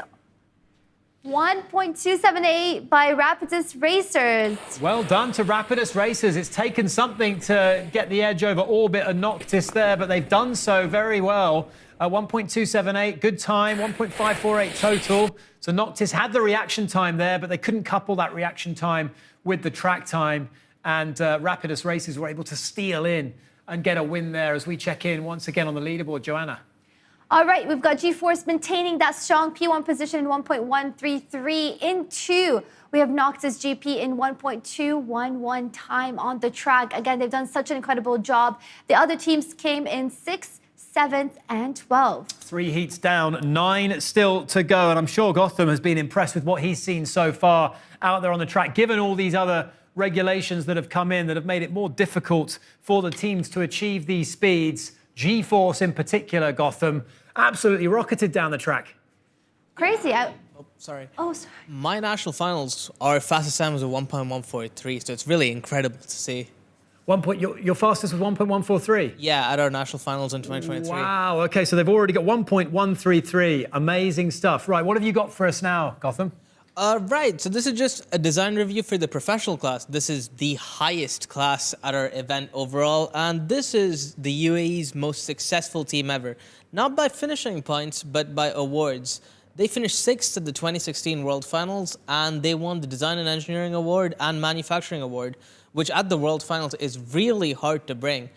And this is the sort of surface finish that 10 years after them, we're still looking for, and we haven't been able to reach. Just to highlight some of the best concepts, so you have forward halo and rear halo. Now, there's no real performance difference per se by having a front halo or a rear halo. You can't say which one's faster. The front halo gives you a further forward center of mass, which is better for these cars, as if you study world land speed record cars, it gives you a better aligning stabilizing torque in the front, which is really essential to these cars. Now, Pantherian as a whole is a very well-manufactured car this year. They finished second for 2 of the last 3 national finals. And it's really incredible to see them come out with a halo concept. They've been competing for a long time, and they constantly evolve and prove that they're really, really fast in the competition. Tribulux too, with a very innovative rear swept wing. Now, is it a bit more area? Yes, but it's also slightly lower drag thanks to reduced wingtip vortices at the end. A couple more teams I wanted to highlight was Mena Racing and Xenon. These are 2 of, I think, the better designed cars at this national finals, and you can really tell when you read their engineering portfolios, the thought process that's made behind these cars. And they're both very close to minimum weights as well. As I said, it's really key to get these cars down to 48 grams, and it's a bit harsher for the professionals, especially considering that they've been doing this for longer, and they have to go to a world finals if they win, which is a very, very high level of competition, which is why the judging is so harsh. The closer that they can get to 48, the higher the probability is that they can win. But undoubtedly, the best design at this national finals for me was Team Aquilian.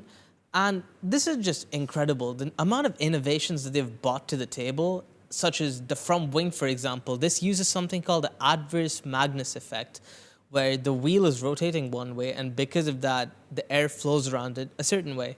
And they've used the front wing. They've done a lot of CFD analysis on it, and they're the only team that I've seen in the past 3 years of judging that's done physical validation, not just through a wind tunnel, but they've used something called a tough test, which is when you tie little strings to the car and you pass air over it, and you can see where the wing is stalling.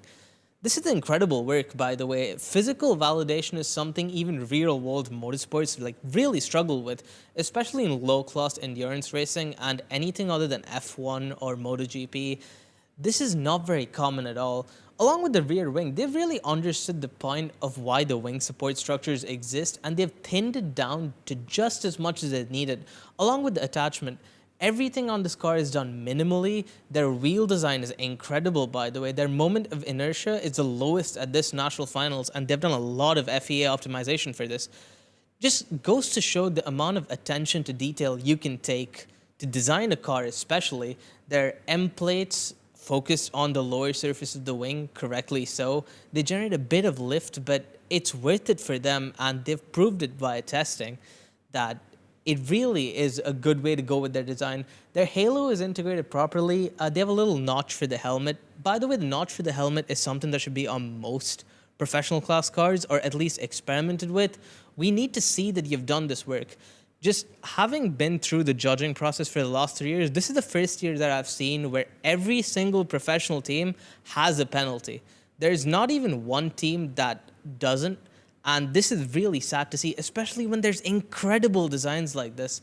And even in entry class, there are teams without penalties. So I think teams should just take a little bit more care and attention to detail when making their cars. If they can bring innovations, that's great, but I think you should focus on the absolute basics, especially when we have 10 amazing portfolios. These are the best that I've ever seen competing. I've been seeing portfolios from 2016 onwards, and this level of portfolios is unheard of. These teams have done incredible amounts of research and development.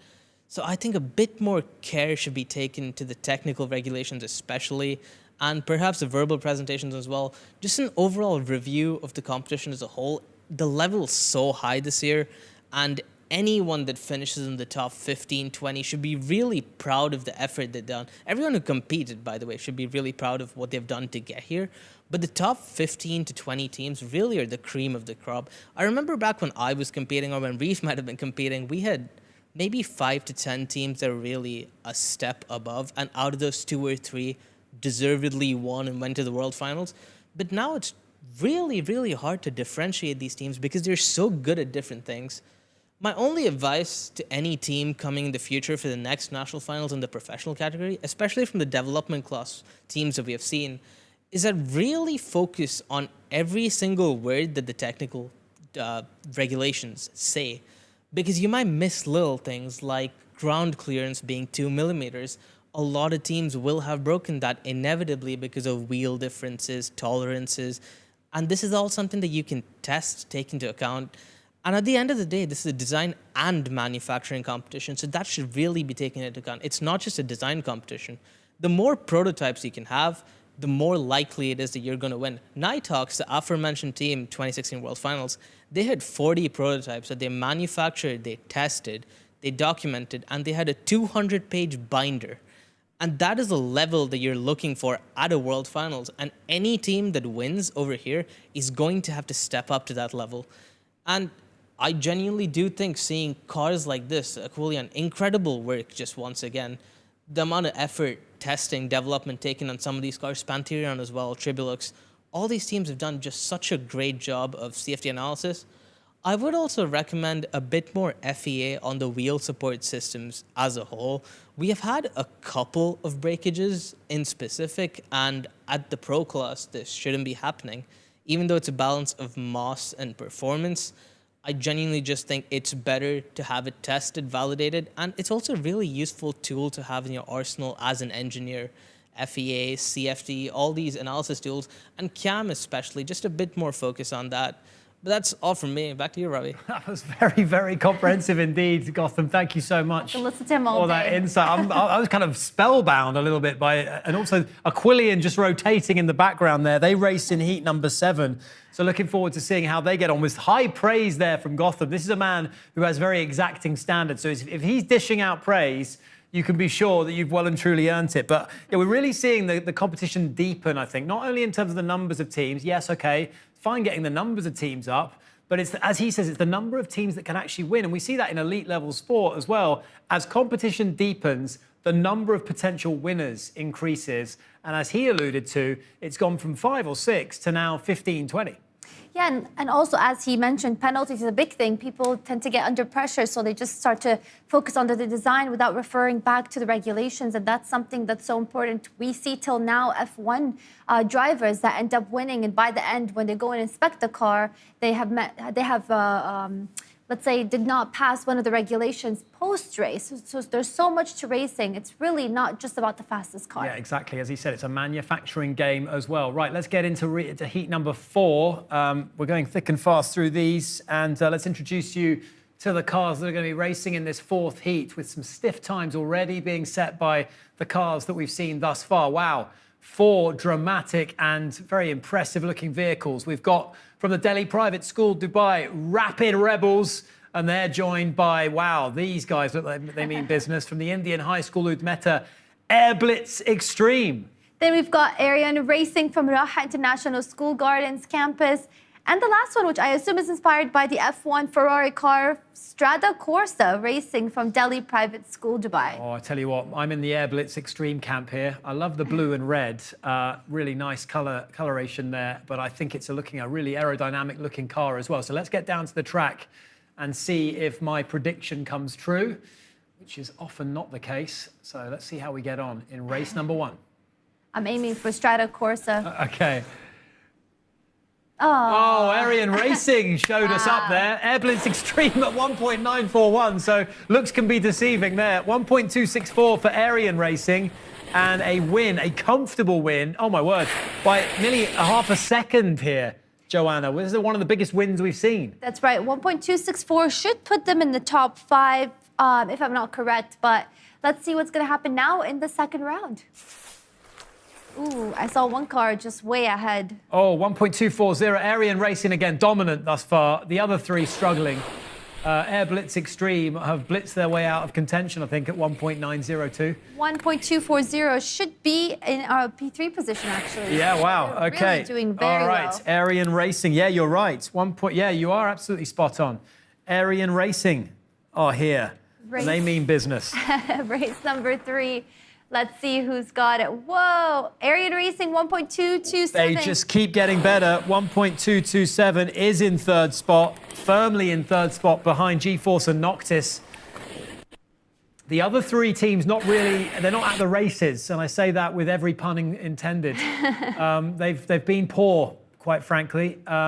Sub 2 seconds. Air Blitz Extreme struggling a little bit, but we can now cross, I believe, to Arian Racing, who have been blazing a trail here. 1.227. They just get quicker and quicker and quicker. Arian Racing, here we are, boys. Well done. Round of applause to you Congratulations guys. to you. That was really good. You're into the top 3. Talk to us about the secrets behind getting such a fast car. Well, secrets are secrets, of course. All right, don't reveal too much. We won't reveal too much, but we really went through the entire design iterative process. It was months of efforts that led up to this. This is our first year in professionals, and with the new regulations, we had a fair chance this time around. And I think we put as much effort as we could into the car, doing testing, physical and digital, FEA, CFD. We raced our car on the track multiple times with multiple designs. Wow. And yeah, we expected this kind of result. So a lot of teams mentioned they've had like multiple prototypes. One team had 20 to 25 prototype cars. How many did you guys have to come up with this final design? When testing, especially digitally, we had a lot. So we had around 30 to 35. Wow, that's incredible. And how did you integrate AI, guys? Because I mean, it was introduced a couple of years ago into to STEM racing, and it's obviously become a lot more prevalent and playing a bigger and bigger role. So this year, how did you integrate AI as a tool? So within our team, AI was implemented in two manners. The first manner was project management. So our team actually used Notion AI to actually set up all our tasks. And Notion AI is that type of software that doesn't just give off calendars, but it can also generate graphs, which could obviously not just help for the portfolios, but they also help for us to understand where we're lacking. And now we can specifically improve in a direction to add directionality. So incredible. So how many are you guys in one team? We are 6. 6 people. All right. And any final advice you have for everybody that's going to be joining next year? Will you be coming back? Yeah, we will be coming back. And maybe one advice I think is use STEM racing as a platform to actually communicate your passion and your ideas. Wow. Because STEM racing, it doesn't, on an enterprise perspective, it actually allows you to not just, share yourself as a team or as a brand, but also to actually communicate which values you believe in. So if you actually push for that, I think it's a really great platform to develop those skills. Yeah, and on that note, final one from me, guys. In terms of your sort of confidence in the way that you present and work as a team and all of the different elements, how much has that developed in the time that you've been working on this project? I mean, I think it's certainly improved as we work together, not just knowing each other more as a team, but also actually doing the verbal presentations, being here on the interview. I think it's definitely improved a lot. All right, well, thank you very much to Arian Racing. Well done so far. Good times on the track there. Big thank you to Arian Racing for joining us. And we'll head back down now to the track to see how they get on in the remaining races. They're racing now, lane 1, track A. Race number 3. Let's see how that one goes. Oh, they were unbelievably quick there. Wow. 1.260. Very good. Again, not yet beating, but they still are the best so far in the 3 rounds that we've seen in this heat session. Best of 1.227. Yeah, and they've had very consistent reaction times, actually. Yeah, that's right. So that was good. 0.150 for reaction. Again, one of the best we've seen so far. But like they said, they have been practicing a lot. So there they are in 5th, 1.264 total. Gets them into the top 5. And it's, as we mentioned, it's an increasingly difficult top 5 to break. But G-Force miles out in front. They are nearly 0.8 of a second in front, 78 milliseconds ahead of Noctis GP. Nova Tempest in 3rd. And then we've got Team Tribilix, in 4th. And then the last 3 teams that we've seen is Strata, Corsa Racing in 13th, Air Blitz Extreme in 15th, and Rapid Rebels in 16th. So that is the leaderboard. 16 teams so far on it, and we're heading now straight into heat number 5 of 9 heats here in the professional class, where the standard is set at a very high pace. And we've got now Airborne from the Delhi Private School Dubai and from the Indian School Al Ain, Solaris Racing. And then we've got Radon from Ambassador School Dubai and Axion from Delhi Private School Dubai. So how are these 4 cars going to fare on the track? It's now time to find out. We can head down there for race number 1.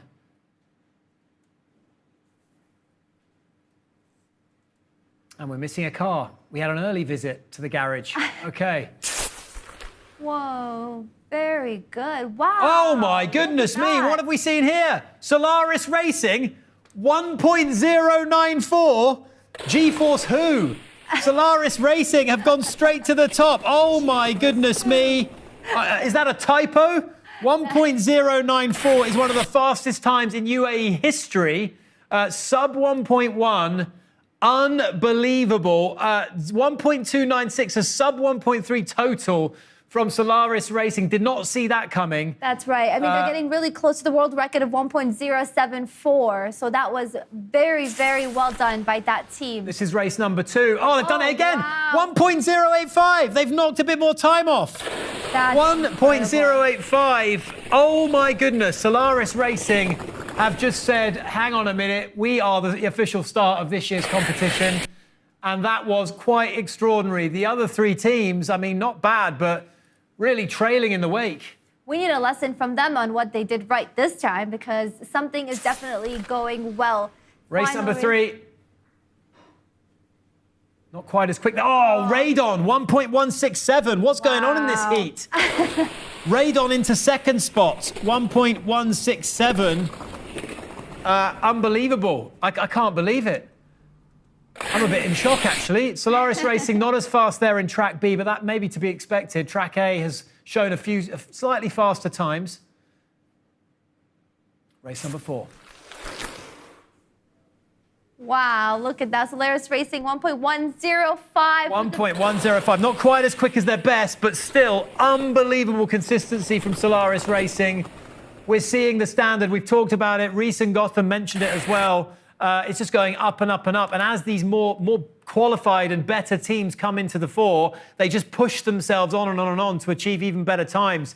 As we check in on the leaderboard, Solaris Racing 1.094 officially, probably adjusted for any penalties, but 1.094 is the official fastest time. So they are in first spot. They are our new leaders. That's Joanna. right. And then G-Force got pushed down to second in 1.133. In third, Noctis GP in 1.211 track time. So what you're seeing in the different discrepancies here, they have to be due to some of the penalties that have been incurred, because we did see Radon set a much faster time on track. But as you can see there, they're down in 11th spot on the leaderboard. So Solaris Racing, wow, we've gone sub 1.1. And they are our new leaders. G-Force have been knocked into second place. And I need to take a little breather and just digest what I've just seen. And it's probably a timely moment now to throw back over to Reese Bunting, who is going to take a closer look, I think, at Solaris Racing. Thank you, Robbie. The racing that I've seen so far has been absolutely incredible. And I'm going to take a closer look at some of the standout enterprise portfolios. Solaris Racing have been killing it on the track, which is quite a funny coincidence, because actually I've picked out a few pages from their enterprise portfolio to talk about things that they've done like particularly well. So Solaris Racing must be hitting all the points across the board. If we start with their team identity page, I think team identity is one of the most important, if not the most important, crucial aspect of enterprise. When people think enterprise, they think the branding, the marketing, your logo, your color scheme, your name, and all of these aspects are obviously incorporated into what we call team identity. And team identity is all about making a unison, cohesive brand that when people look at your colors or your logo, they'll go, I know who that is. For example, that's Solaris Racing. So if we take a look at their team identity slide from their enterprise portfolio, what I really, really liked about this slide is how at the bottom they've put an AI disclosure statement. Now, AI is relatively new to the STEM racing competition, and STEM racing actually does encourage teams and participants to use it in constructive, effective ways, and that's exactly what Solaris Racing has done. And I know the judges will be looking out for the usefulness and the usage of AI in constructive, non-rule breaking ways. So if you look at the bottom, they have an AI disclosure statement that states that AI was used for grammatical and the spelling review of their portfolios, and all the graphics and team assets were actually created by the humans in Team Solaris. So it's really, really good to see these teams integrating the AI into their portfolios and into their branding and into their team development, which is exactly what we want, but still keeping the aspect of integrity and the aspect of still working hard and doing the work yourself, but using AI to give you that little push further that might make you end up with the title of national champions.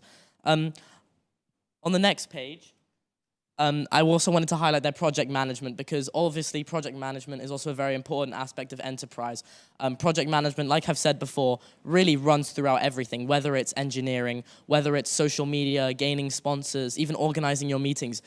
Everything has an undertone of project management. You always have to keep managing your project in mind when you're talking about your STEM racing project and your team. I really like how they've showed their budget strategy, and then their projected budget, and then compared to what they've actually had to spend, which shows like the improvement that they can take. Because as we've heard in the team interviews before, we can see that teams don't just come to the STEM program for 1 year and compete with one team. They might come back in previous years, going from development to the professional category. They might go to the World Finals, as we've seen with the Team SOAR all-female team that we interviewed earlier. They might just come back as different teams. So it's really nice to see some teams, even though they've reached the end of this year's competition, it's really nice to see them analyzing and even giving themselves corrections. So if they were to compete in this competition next year, which is what STEM racing encourages, that they kind of know what to work on and know what to improve on, so that the next time when they come back, they're even more prepared than before. I also really like how they have really clear communication about the communication with their sponsors and what both Team Solaris and the sponsors got out of their sponsorship relationship. They've done this thing called ROI tracking, and ROI is in return on investment. And it's basically what the sponsor gets from being in a partnership with you. And they've actually tracked their ROI to be a massive 203%. So they've massively focused on their sponsors' benefits. And then they can also publicize this, which will make more sponsors want to participate and get in touch with them in the future. I also really want to talk about their digital media, because again, with the theme of sponsorship and getting yourself out there and really publicizing your brand, one way to do that is through the strong team identity and through the effective communication with sponsors, like I've just shown you guys. But another way to do that, which is one of the most common ways for teams, especially as the teams get younger and more advanced, is digital media. Whether it's new social media like TikTok or Instagram, or more professional platforms like LinkedIn, Team Solaris has really just done it all. I mean, I was looking over this portfolio earlier, and really I can't think of any improvements to give them. They've analyzed the use of each platform really effectively. They've included engagement statistics, retention rates, everything that they need to analyze themselves and show the judges who will be viewing this portfolio how effective their social media outreach has been, is just incredible. They've done a really good job here. The next team I want to talk about is Team Celux, and what I really like, as if you've been watching since this morning, you may know that I've been to the World Finals and I've competed at the rookie and professional level of STEM racing, and in my team I was the head of enterprise. So like I've said before, I love enterprise. I love the marketing aspect. I really like the branding, making the portfolios, making the logo, your color scheme, your name, publicizing yourself. That's all my thing. So what I really actually like about this team is that they've actually got very enterprise-based roles. If you look on the side of this page here, you can see that they've got the roles of project manager, chief graphic designer, resources manager, sponsorship manager, finance manager, and marketing manager. And these roles are all very focused on the enterprise sides of things. In the future, moving forward, it might be nice to have more of an engineering side involved. But like I said, as an enterprise guy, this makes me really happy, because it's really nice to be able to see that this team has seen the enterprise aspect of their project, and they've broken it down into the key divisions of enterprise, which is the project managing, the graphic design, the resource management, the sponsorship, the finance, the marketing. So it's really nice to see that teams now are taking the enterprise sides of things and are actually being able to break it down into the smaller tasks that they can individually work on, which makes me really happy to see the development of the approach to enterprise. Unfortunately, that's all the time I have to show you some of my favorite key examples for now, but the racing has been so good so far, and I can't wait to see how the final few heats go. Yeah, thank you very much, Reese, for another wonderful little presentation. That both Gotham and Reese doing a brilliant job, and really great to have them on board with us to really illuminate some of the work that these teams have done as we get past the halfway stage of the professional class. We were just kind of blown away there by Solaris Racing, who seem to have nailed all the components here with some great presentations. But on track, 1.085. Solaris You're still shocked Racing. by that performance. Wrapping my head around that. I cannot believe that. Unbelievable Yeah, that was stuff. a very impressive one. I think best performance we've seen in the last 3 days. Of course, again, they've clearly figured it out. They've done something right, and I think every team should take a page out of their book in terms of what they've done right. But we do have, I believe, 3 more heat sessions to go. Oh, we've got 4 actually. We're into heat to go. 6 of 9. So 6, 7, 8, and 9 coming up. Let's get into heat number 6. So 4 more to go. Piston X from the Ambassador International Academy. They're racing alongside Scuderia Falcone of our own high school. And then you've got UPG Mina from Raha International School Gardens campus and Celux or Kilux from Ambassador International Academy. Yeah, we just saw Reese showcase a little bit of their presentation. How will they perform on the track? Let's go down there now. All 4 cars are ready. Oh my God, quick again. Oh, 2 very quick cars. 1.126 for Celux and 1.133 on track for Piston X, who just lost out a little bit on that reaction time. Celux, sub 0.2 reaction time and 1.126, which places them in P2, I believe. That is correct. But again, this is just a warm-up, so I feel like they've just got a chance to maybe come close to Solaris Racing. Here we go. We're straight into the second race. 1.147 for this time for Celux. Piston X, again, real quick, 1.218 as well.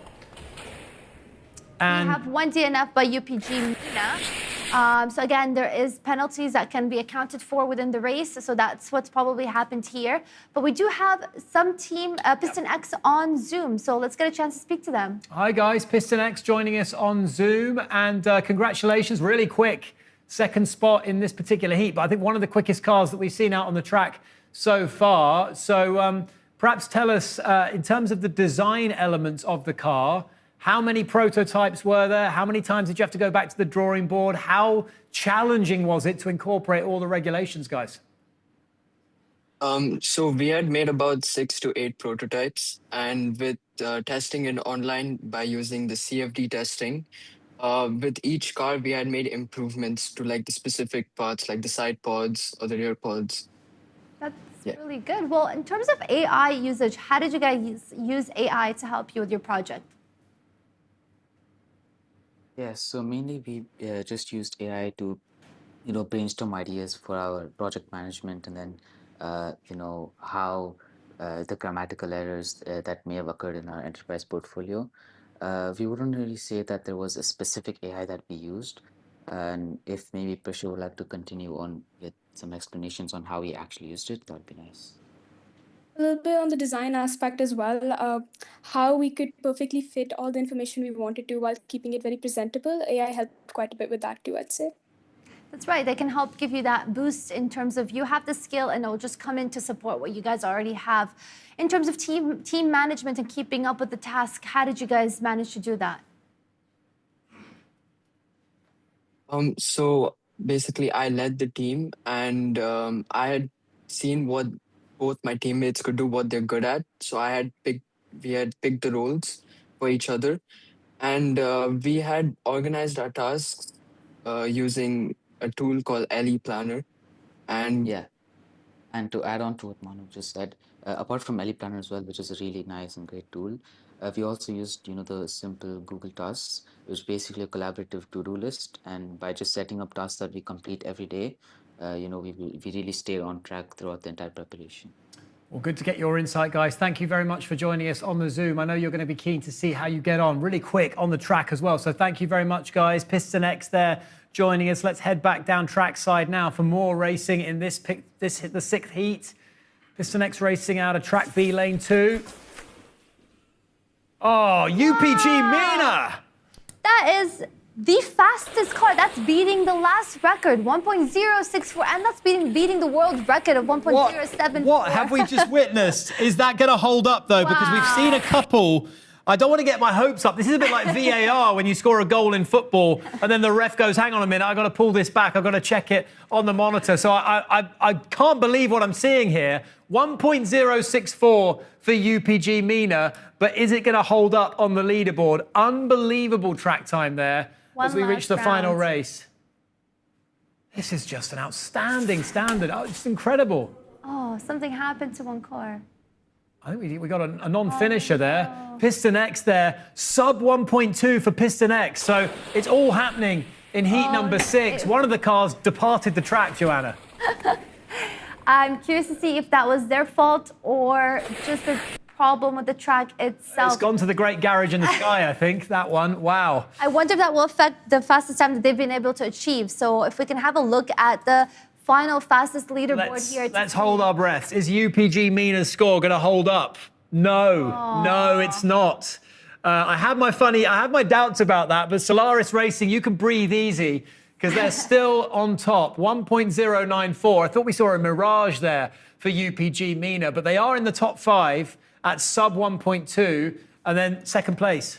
Second place is Celix at 1.126, and then Piston X in third at 1.133. Yeah, tied, by the way, with G-Force. That's so a tie for third, and UPG Mina rounding out the top 5. So unbelievable times. I think we're all in a bit of a state of shock, in all honesty. Was not expecting such quick times for the professional class. But look, the standard, as the guys have been saying, has been going up and up and up, and as the number of teams who are capable of competing get more and more depth, then you're going to see faster and faster times, even if the regulations are asking a lot of questions of these teams. So we've reached the 7th heat.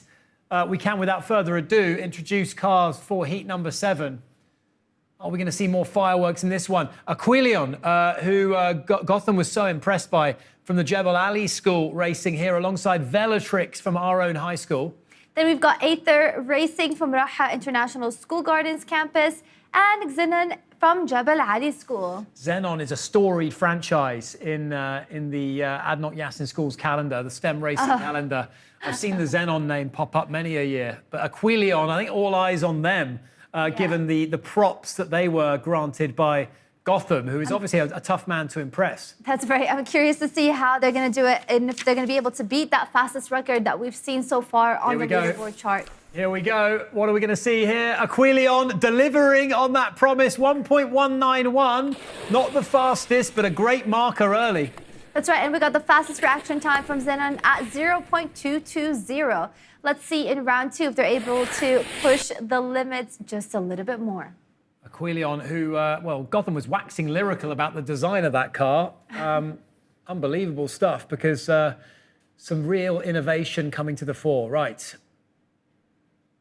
Race number 2. Oh, we've got a clear winner there. Aquilion, 1.083. Is it going to stand up to the judges, though? Is it going to be an official time? 1.083. I feel like it's like the 100 meters where it might have been a bit wind assisted. 1.083, though, is Rapido from Aquilion, and they are the clear winners of race number 2. Race number 2 in this heat number 7. I am so impressed by them. We've got 2 more sessions. I have a very, very good feeling that number is just going to go up or down. That number is going to go down. And Aquilion again taking the win, 1.133. Best reaction time by Xenon still at 0.220. Yeah, Xenon not quite to keep it up. Good time from Ether Racing there of 1.246. And we can join. Who are we speaking to here? Aventus. They're going to be in the next heat session, if I'm not correct, heat 8. Oh, heat number 8. So their car has not raced. Guys, have you raced yet? No. We'll jump back to you when you've raced. We'll get a bit of reaction from you. You stay right where you are. We've brought you in a little bit too early, so we're going to come back to you. You're in the next heat. Let's get back now, if we can, to the racing in this heat number 7, and we'll catch up with Aventus once they've had a chance to see how their car gets on the track. But this is the final race, I believe, of heat number 7. Aquilion, 1.234, wrapping up what has been a dominant session for them. I wonder where that's going to put them on the leaderboard and if they are going to crack the top 3. They should. We've had a few false alarms, haven't we? Yes, but I'm very optimistic from them and from what Reese has been able to present by them as well. But these pros, they're pushing, and as they do so, with these cars weighing in at 48 grams, sometimes bits and pieces of the car go flying in different directions. And as we saw a little earlier, sometimes even the entire car flies off the track. But Aquilion holding into the top 5, 1.191. Solaris Racing, another sigh of relief. Another sigh of relief for them. That is it for sure. We still have our top 3 intact in the same place. Aquilion, we said in 5th. In 12th, we have Aether Racing, then Velatrix. Oh, my eyes are Velatrix, 1.364, then Xenon rounding out the top 20 in 19th spot. So 27 cars have raced thus far. 2 more heats still to go. Solaris Racing are setting a scorching standard at the top of that leaderboard as we move now swiftly into heat number 8, the penultimate heat for the professional class of this STEM Racing 2026. What has been a tremendous afternoon afternoon of competition. Rebel racers from the Dhafra International School and their Aventus, who we'll be chatting to very shortly on Zoom from the British International School, Abu Dhabi. Then we've got our Zeus Motorsports from Ambassador School, Dubai, and Peak Motorsports Racing from Dhafra International School. Okay, an eclectic mix then for heat number 8. Let's get to the track. Their wheels are white. I think that's the first. Oh no, we've seen that before. White. They've gone for the all-white colours. wheels. Yeah, it's an interesting colour scheme, that. They're racing top left of your screen, now top bottom right. 1.185 for Aventus. Well done. Definitely coming up very well in the top 5 positions. 1.185. Remarkable how many teams are going sub 1.2. I was expecting 1.2 to be around about the best mark we were going to see all day. This is the pro team. We've seen so many teams break it. It's incredible. We've lost a car, I think. Yeah, we did. We've had a visit to the garage. Was it Aventus or no? It was Aventus, a DNF. 1.217 though for Rebel Racers. Solid stuff. Let's talk to them to see what happened there with the DNF. All right. Was that a penalty? Team Aventus, we can join you guys now for a chat. Great work in that first race, guys. Really good. Sub 1.2 seconds, which is really, really fast. We had a little bit of a mishap there in race number 2. Your car went AWOL. But talk to us about what you've learned so far in the sort of design process that led to the prototype that ultimately went into competition. Yes, so on the whole, we have learned cumulatively from the design process, which we treated as highly iterative, and depending on the performance that we were able to track from our various test days at Yas schools. And as far as that goes, we've also expanded this to ensuring that it meets the structural tolerances that are required for the national finals. Well, one thing I can point out from seeing your background is you've done an incredible job landing sponsors, which is a very, very tough job to do. So walk me through how you're able to achieve that. Hello, once again.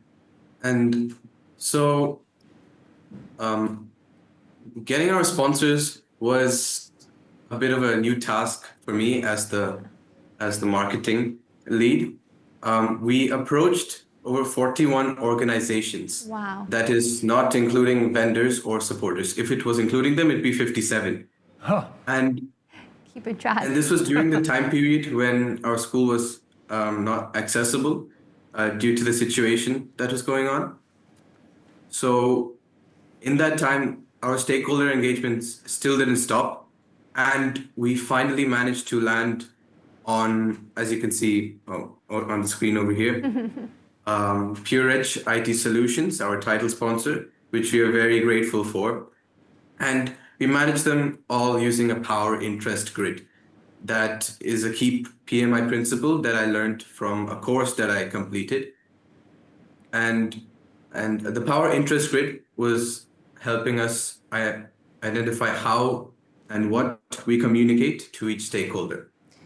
And what do you think you did differently that made you land these sponsors from the 57 that you've approached? So we first had a target of UAE-based companies, sustainability and technology companies, and And I had tried to implement like a personal method, and we had developed a sponsorship prospectus that helped the organizations to see what they would be getting from partnering with us. Good stuff. Well done, guys. I want to just quickly ask you about the logo because it's striking. It's a really nice logo you've designed there. Who came up with that, and kind of how many iterations of that did you come up with? What is it representing? Okay, so the logo that you can see on the screen, that was, well, after we came up with our name, Aventus, we wanted to create a logo that complements that name. Aventus means wind and success. And as you can see on the side, we have these lines that is supposed to showcase speed. And for the A, the two lines that join together, that is, it creates a point on top, and that is for showing that we're above and we're on the pinnacle.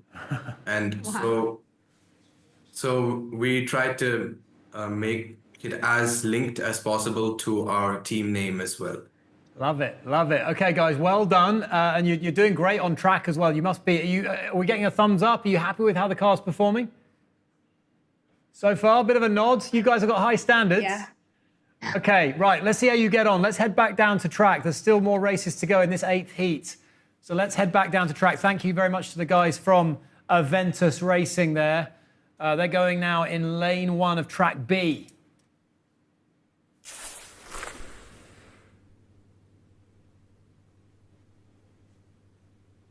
And we got a DNF from the guys from Aventus, but Rebel Racers, Joanna. That's right. We forgot to ask them about what that DNF came from the previous race, but we have a good track time of 1.258 for Rebel Racers. That should also should be top 6 in the leaderboard charts, but again, anything can happen. Let's see this final race.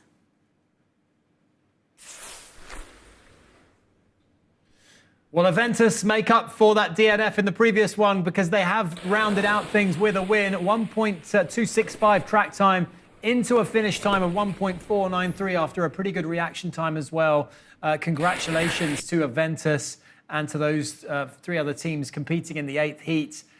There's so much drama has unfolded in what has been a pretty quick session, but it feels like we've seen so much quality in the racing that we've done so far. As we check in on the leaderboard, Aventus jumping into the top 5, which has become a very difficult spot to be. It's no longer good enough to be sub 1.2. You've got to be sub 1.19 now to get into that top 5, with the other 3 teams just languishing a little bit further down the table.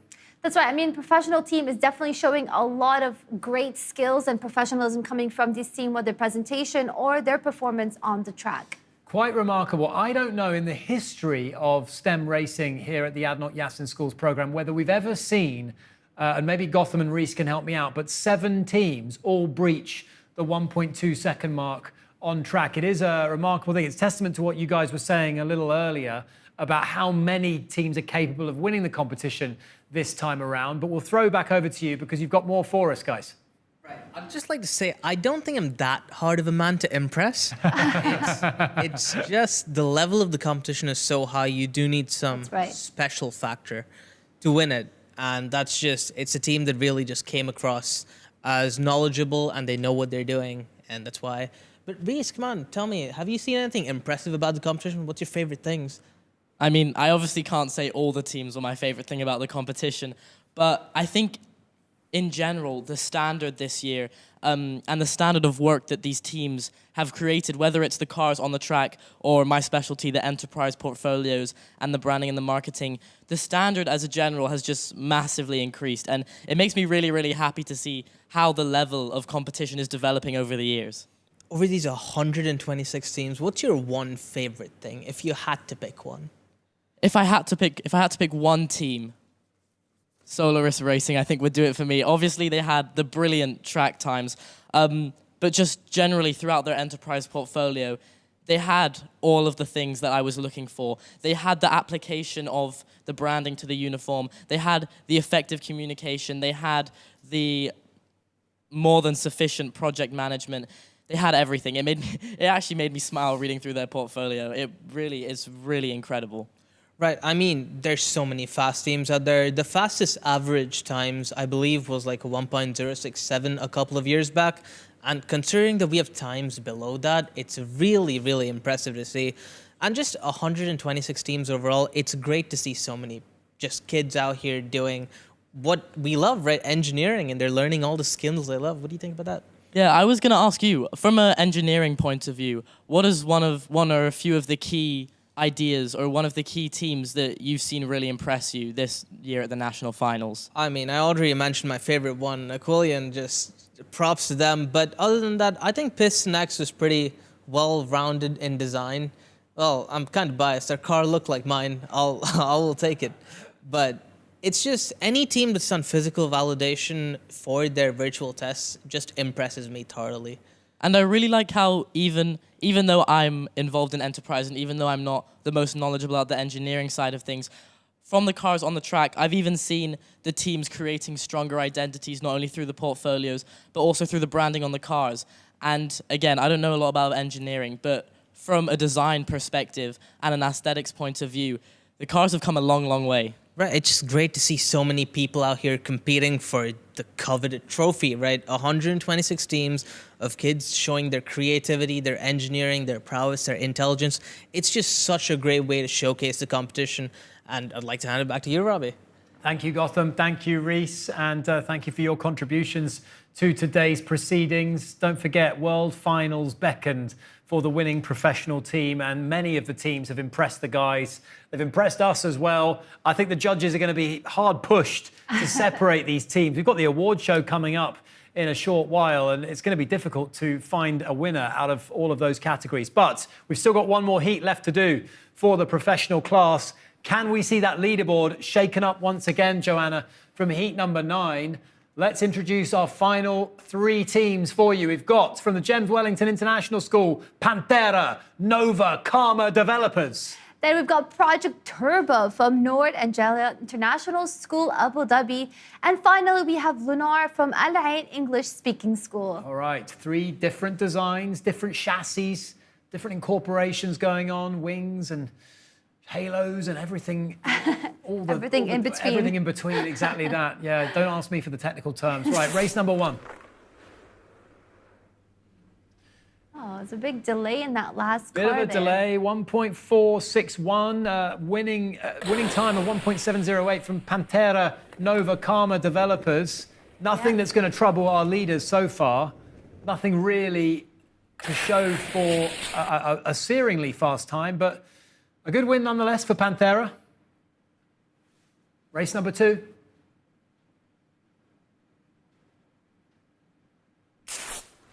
Can we get some better times in this second race? Okay. 1.401 by Lunar. That's the best track time that they're able to set so far.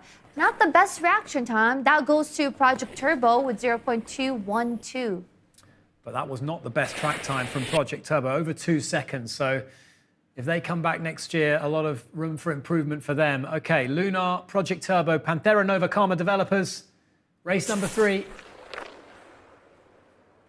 And clearly some issues with the Project Turbo car now, up at 2.756 seconds, 1.415 for Lunar.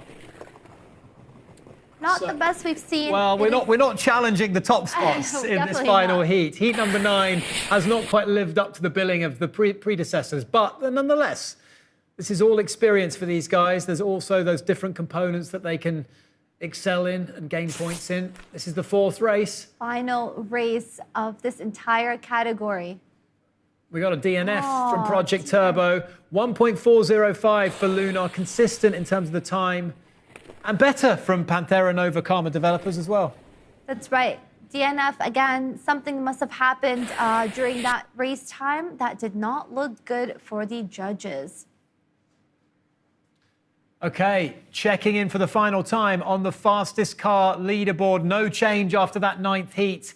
It is Solaris Racing on top at 1.094 adjusted with who in second place, Joanna? Felix in 1.126 track time and Piston X in third with 1.133.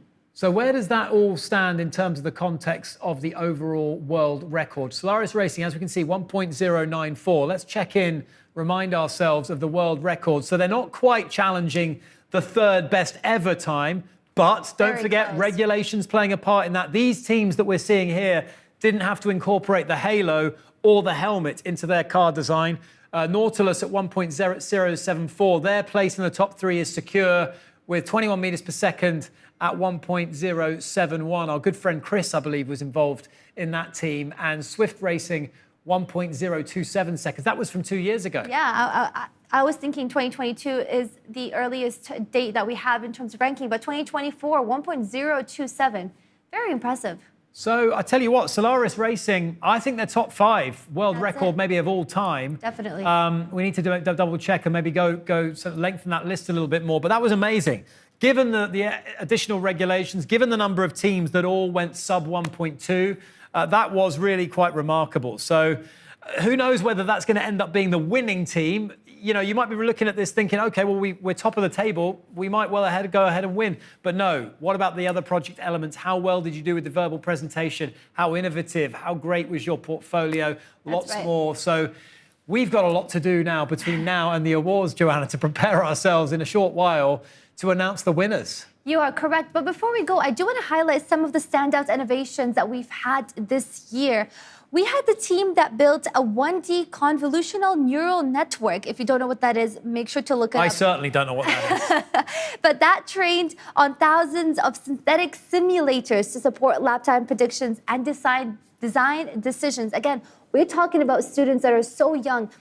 Understanding this language is so incredibly impressive. But we also have one more standout innovation. This one was in project management model. Another team used AI and Python to identify whether team members were overutilized or underutilized. Python is a coding language. Actually, I got to learn that in first and second year of university. So again, the fact that they're gaining this experience early on has been so impressive to see. And a closing message to everyone that's watching, again, what we're trying to do here and what we can clearly see from everybody that's been participating is we've made engineering kind of go away from this boring, very neutral industry to something so creative, something so filled with opportunities for these young kids. And something so competitive, ultimately. And I think that's what's bringing out the best of them because, you know, it does infuse in you that spirit of competition and that's what's spurring them on and driving them to achieve even greater and greater heights. So an amazing session, an amazing day of racing for STEM racing. We've really honestly, genuinely been blown away by what we've seen in the development class earlier on this morning and at the entry level as well. So good to see a new crop come through and experience what STEM racing is all about. And then, yeah, the pros lived up to their mantle, lived up to their status, and they really delivered in that that third session in the afternoon. There's a big job for us still to do, and for you guys watching on the stream. As we say, another massive thank you to ADNOC for sponsoring this event, and we also remind you to follow on our socials at Yas in Schools. It's to join Joanna and I for the awards show, where we award the national finals winners, and we send 2 teams to the World Finals. Just a few short minutes away, the award show. We're with you with that next. Stay tuned.